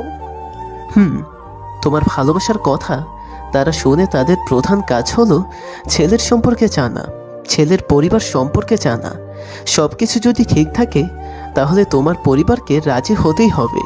কিন্তু তোমার পরিবার যদি তোমার মুখে ভালোবাসার কথা শুনেই সঙ্গে সঙ্গে না করে দেয়, তোমার ইচ্ছার মূল্য না দেয়, তখন তোমার উচিত তাদের ইচ্ছাকে কোরবানি দিয়ে নিজের ইচ্ছা সফল করা। এটা আমি মনে করি। হয়তো তুমি ঠিক বলেছ।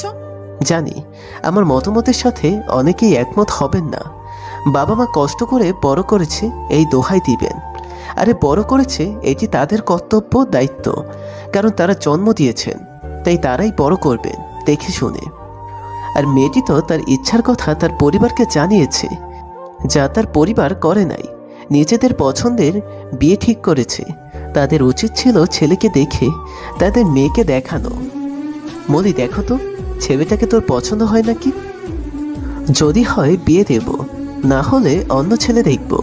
ছেলের অভাব নেই, কিন্তু মলির যদি পরিবারের পছন্দ মতো বিয়েটা হয়ে যায়, তাহলে প্রতি রাতে মলি ধর্ষণ হবে। যে ধর্ষণের খবর কোনো খবরের কাগজে আসবে না। যে ধর্ষণের চিৎ যদি মলির বাবা মা করত, তাহলে তারা যদি মলির ভালোবাসার কথা শুনে রাগ করত, রাজি না হতো, তাহলে ঠিক ছিল। তাদের রাজি না হওয়া, রাগ করাটা কি ঠিক বলেছি আমি? তুমি চিন্তা করো না, আমি বাবা মাকে রাজি করাবোই। কখন বলবা? আমি কি আসবো? না, তুমি আগে এসো না। যদি তোমার কিছু করে ফেলে আমি আগে বলে দেখি। কখন বলবা? এখনই বলবো। আচ্ছা, তুমি কলটা লাইনে রেখো, কথা বলো, আমিও শুনবো তোমার বাবা মা কি বলে। আচ্ছা। মলি তার বাবা মার রুমে যাওয়ার পর, কিরে কই ছিলি? এসেই কোথায় গেলি? মলি মাথা নিচু করে দাঁড়িয়ে আছে। কিরে চুপ কেন, কি হয়েছে? তোমরা কি ঠিক করেছো? এটি ঠিক করেছি? কি ঠিক করিনি? কি ঠিক করো নাই বুঝতেছো না? ওহো, তোর বিয়ের কথা তোকে বলিনি, এটি বলতেছিস? বাহ মা, এমন ভাবে বলতেছো মনে হচ্ছে খুবই সাধারণ বিষয়। কি বলতেছিস তুই? এখানে সাধারণের কি হলো? মা, বিয়েটা আমার, সংসার আমি করব। আমার পছন্দের অপছন্দের কথা শোনার প্রয়োজন বোধ মনে করলে না তোমরা? তোর আবার পছন্দের কি থাকবে?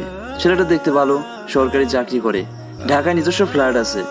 আমাদের পছন্দের কি ভুল আছে এখানে? ছেলের বাবা মা নেই, কাকা কাকির কাছে বড় হয়েছে, এখন ঢাকায় থাকে। বাহ মা বাহ। আমাকে তোমরা এমন একটি জায়গায় বিবাহ দিচ্ছ সেখানে স্বামীর বাসায় না থাকলে আমাকে দেখার মানুষ নেই। বাহ মা বাহ, আমাকে এমন জায়গায় বিবাহ দিচ্ছ যেখানে আমাকে মুক্তির মতো বাস করতে হবে চার দেওয়ালের মধ্যে। আচ্ছা মা, যেখানে বাবা মা নেই, বাবা মার ভালোবাসা নেই, সেখানে বাস করা যায় মা? আমি যদি দিনের বেলায় রুমের মধ্যে মরেও যাই কেউ জানতেও পারবে না। বাবা মা, তোমাদের প্রশংসা করতে বাধ্য হচ্ছি। আমার সেফটির কথা, সুখের কথা অনেকটা ভেবেছো তোমরা। আসলে কি জানো মা, তোমরা আমার সুখের কথা ভাবো নাই, তোমরা তোমাদের মান সম্মানের কথা ভাবছো। তোমরা ছেলের বাড়ি গাড়ি টাকা পয়সা দেখেছো। ছি মা, তোমরা এরকম মনের মানুষ? মা, তুমি তো বলেছিলে বিয়ের পর স্বামী বাবা মাই হলো মেয়ের আসল বাবা, সমতুল্য। মলির বাবা মা চুপ করে মলির কান্না দেখতেছিল, তাদের মুখে কোনো কথা ছিল না। অনেকক্ষণ পর মলির মা বলল, হ্যাঁ, আমি একজনকে ভালোবাসি, আমি ওকেই বিয়ে করতে চাই। মলির কথা শুনেই ওর মা ঠাস মলিকে থাপ্পড় দিল জোরে করে। মলিকে থাপ্পড় মারল মলির মা। মলি গালে হাত দিয়ে অস্ত্র ভেজা চোখে ওর মার দিকে তাকিয়ে রইল। তুই জানিস না এসব ভালোবাসি আমাদের পরিবারে এলাও না? শিক্ষকগিরি না করে এসব করে বেড়াইছিস? বাবা, আমি তো শুধু একজনকে ভালোবেসেছি, ভালোবাসা কি অন্যায়? চুপ, একদম চুপ, কোনো কথা বলবি না। আমরা যেখানে বিয়ে ঠিক করেছি সেখানে। আমি সঙ্গে সঙ্গে কল দিলাম, কিন্তু মলির ফোন বন্ধ পাচ্ছি। মা মলির ফোনটা আছাড় মেরে ভেঙে ফেলেছে। বাড়ি থেকে বের হওয়া তোর আজ থেকে নিষেধ। বিয়েটা না হওয়া পর্যন্ত বাড়িতেই থাকবি। মলি তার পরিবারের ব্যবহারে সম্পূর্ণ ভেঙে পড়ল। সেখানে বসে বসে কান্না করতে লাগলো। এদিকে আমি মলির সাথে কি হচ্ছে এটা ভেবে পাগলের মতো করতে লাগলাম। অঝরে কান্না করতেছি। আমরা দুজনেই, তবে দু প্রান্তে। আমি এখন কি করব? আমি ভিক্ষা চাইব মলিকে, ওর বাবা মার পা ধরে। রাত প্রায় 11টা বাজে। তখনই বের হয়ে পড়লাম মলির বাড়ির দিকে। ওকে ছাড়া একটা মুহূর্ত এখন আমি দূরে থাকতে পারবো না। কিছু টাকা নিয়ে ধ্রুবকে কল দিলাম। হ্যালো ধ্রুব। এই কান্না করতেছিস মনে হয়? তুই কোথায়? প্লিজ যেখানে থাকিস দ্রুত তোর বাসার সামনে আয়। আমার বাসার সামনে? আমার বাসার সামনে কেন?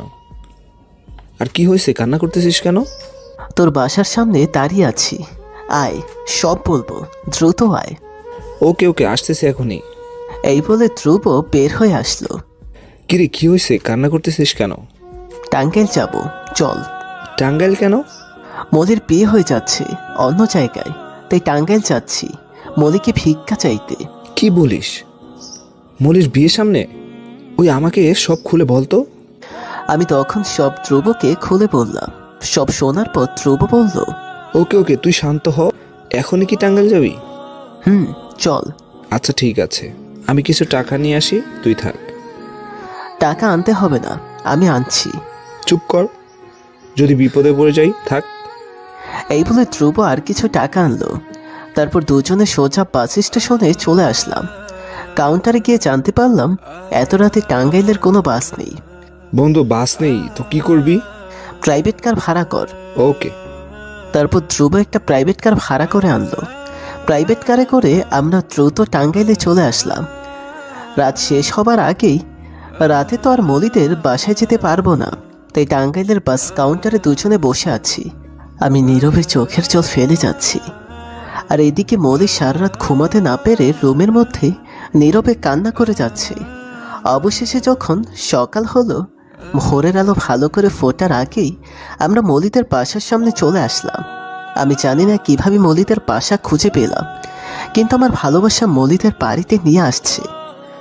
মলিদের বাড়ির সামনে এসে আমি সোজা মলিদের বাসায় ঢুকে পড়লাম।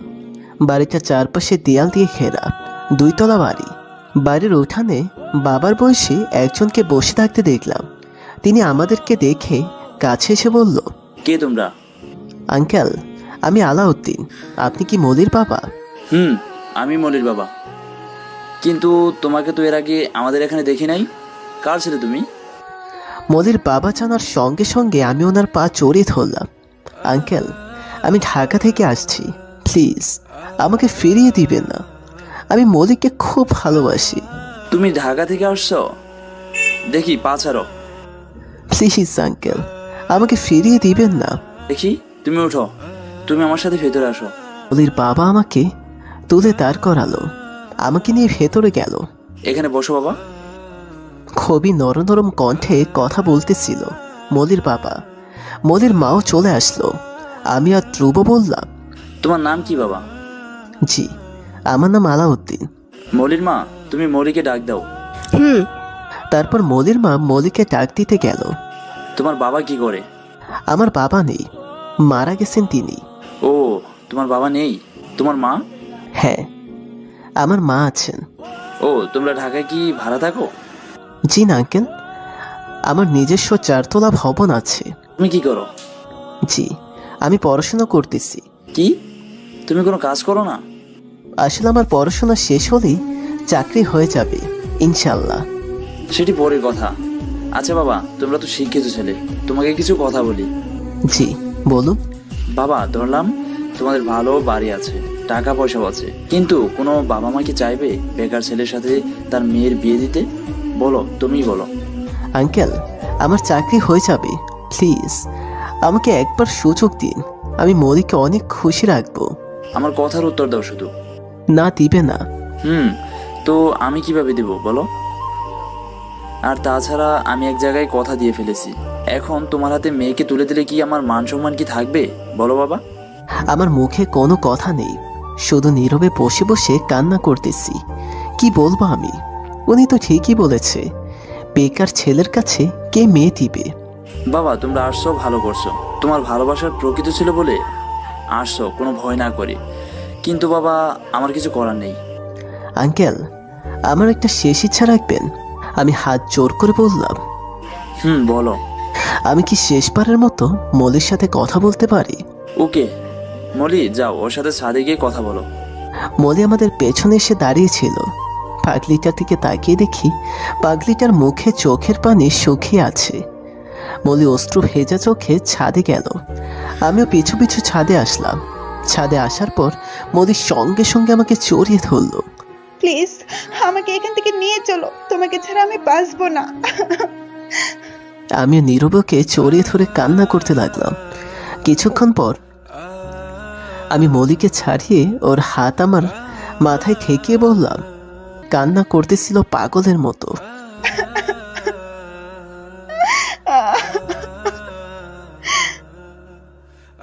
আমাকে একা রেখে যেও না প্লিজ। আমি আর ধ্রুব পেরিয়ে আসলাম আমার নিঃশ্বাসটাকে পেছনে ফেলে। বিশ্বাস করুন, আমার সত্যি শ্বাস নিতে কষ্ট হচ্ছিল। হৃদয়ের ভেতরে সবকিছু ভেঙে চুরে একাকার হয়ে যাচ্ছিল। মন চাচ্ছিল এখনই মলির কাছে গিয়ে পাগলিটাকে জড়িয়ে ধরে বললি, তোমাকে ছাড়া কোথাও যাচ্ছি না আমি, তোমার পাগল সর্বদা তোমার কাছেই থাকবে।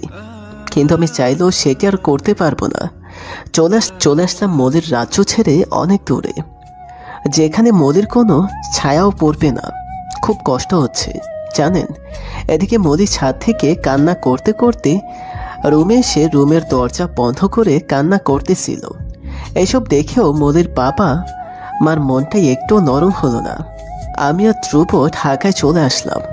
বাসায় ঢুকতে মার সামনে পড়ে গেলাম। কিরে, কোথায় গেছিলি তোরা? আর তোর চোখ লাল কেন? আমি কান্না আর ধরে রাখতে না পেরে মাকে জড়িয়ে ধরে কান্না করতে লাগলাম। এই বাবা, তুই কান্না করতেছিস কেন? কি হয়েছে আমাকে বল। মা, আমি ওকে খুব ভালোবাসি, ওকে ছাড়া আমি কিভাবে বাঁচবো? কান্না করতে করতে কথাটা বললাম। কাকে ছাড়া বাঁচবি না? কি হয়েছে খুলে বল আমাকে। আমি আর কিছু না বলে কান্না করতে করতে রুমে চলে আসলাম। পেছন থেকে মা আমাকে অনেক ডাকলেও আমি না শুনে চলে আসলাম। এই ধ্রুব, তুই বল আমাকে কি হয়েছে। আসলে আন্টি ও...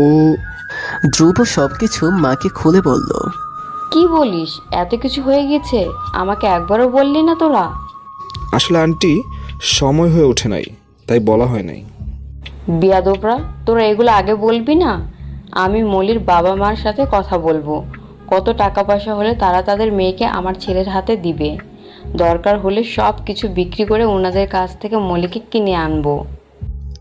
মা রেগে গিয়েছিল। মা মলিদের বাসায় যেতে চেয়েছিল, কিন্তু আমি যেতে দিইনি। মাকে বলেছি, মা আমি আমার ভাগ্যকে মেনে নিয়েছি, প্লিজ তুমি মলির পরিবারকে বিরক্ত করো না। আমি মাকে যেতে দেইনি।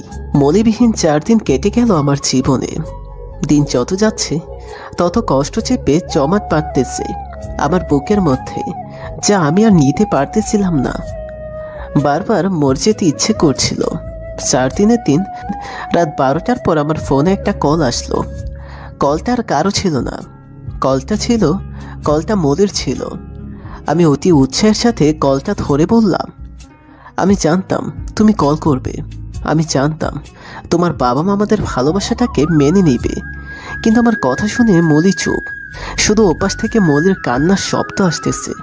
হেই প্রিয়তমা, বলো না কিছু প্লিজ।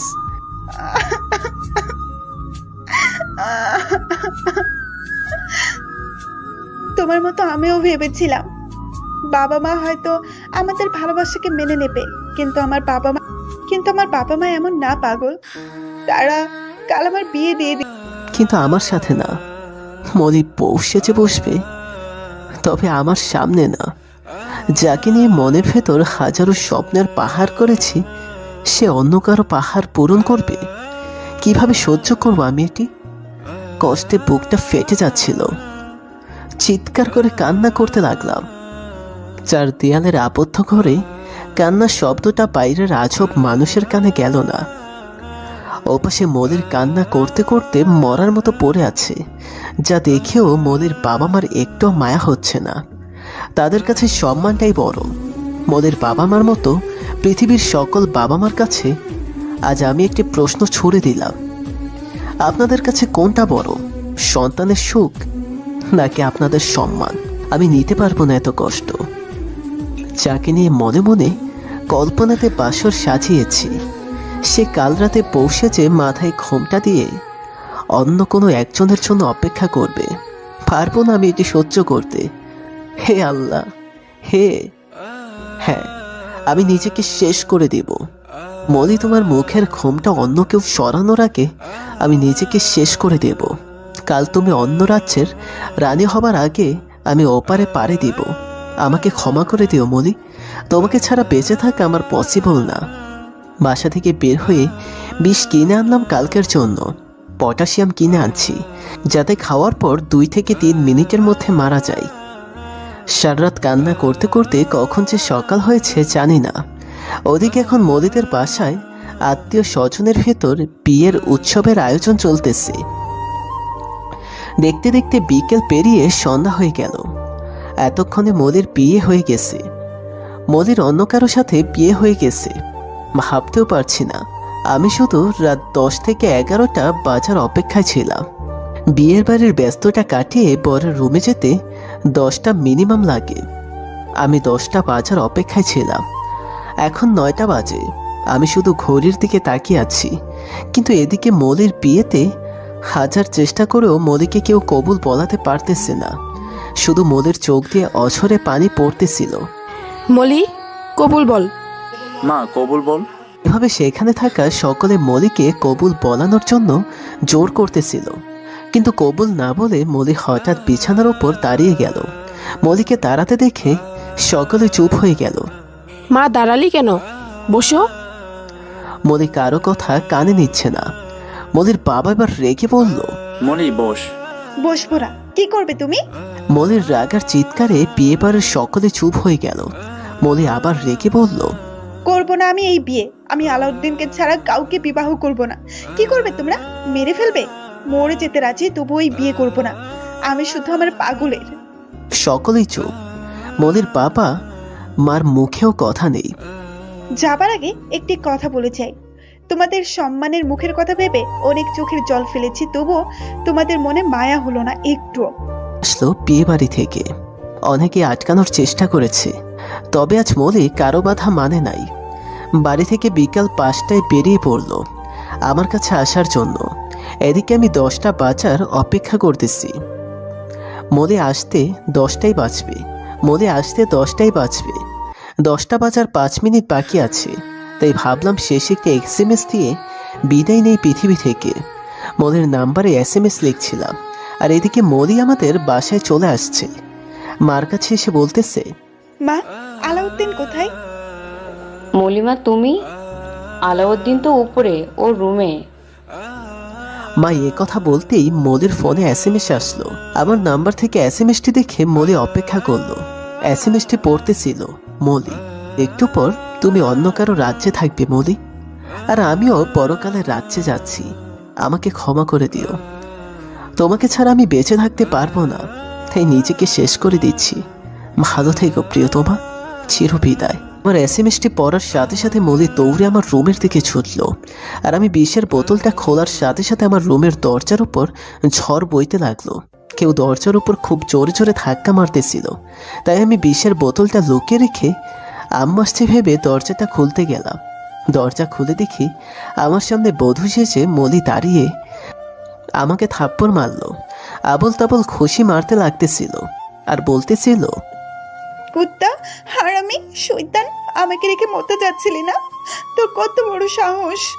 আমি মলিকে দেখে সম্পূর্ণ অবাক। আমি পাথরের মতো দাঁড়িয়ে চোখের জল ফেলতেছিলাম, আর পাগলিটা আমাকে মারতেছিল আর বকতেছিল। আমি হঠাৎ মলিকে টান দিয়ে বুকে এনে শক্ত করে জড়িয়ে ধরে বললাম, ভালোবাসি খুব, তোমাকে ছাড়া কোথাও যাব না, প্রমিস। আমার বুকে মাথা রেখে বুকে খুশি মারতেছে আর বলল, কুত্তা, এক্ষুনি তো অনেক দূরে চলে যাচ্ছিলি, যেখান থেকে তোকে আর ফিরাতে পারতাম না।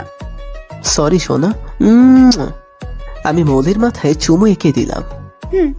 বাঁচলে একসাথে বাঁচবো, আর মরলে একসাথে মরবো। এই বলে শক্ত করে মলি আমাকে জড়িয়ে ধরলো। আর এইভাবেই আরেকটি ভালোবাসা পৃথিবীর বুকে সফল হলো। গল্পটি কেমন লাগলো? গল্প ভালো লাগলে সকলের কমেন্টে কিছু বলে যান। ধন্যবাদ সবাইকে।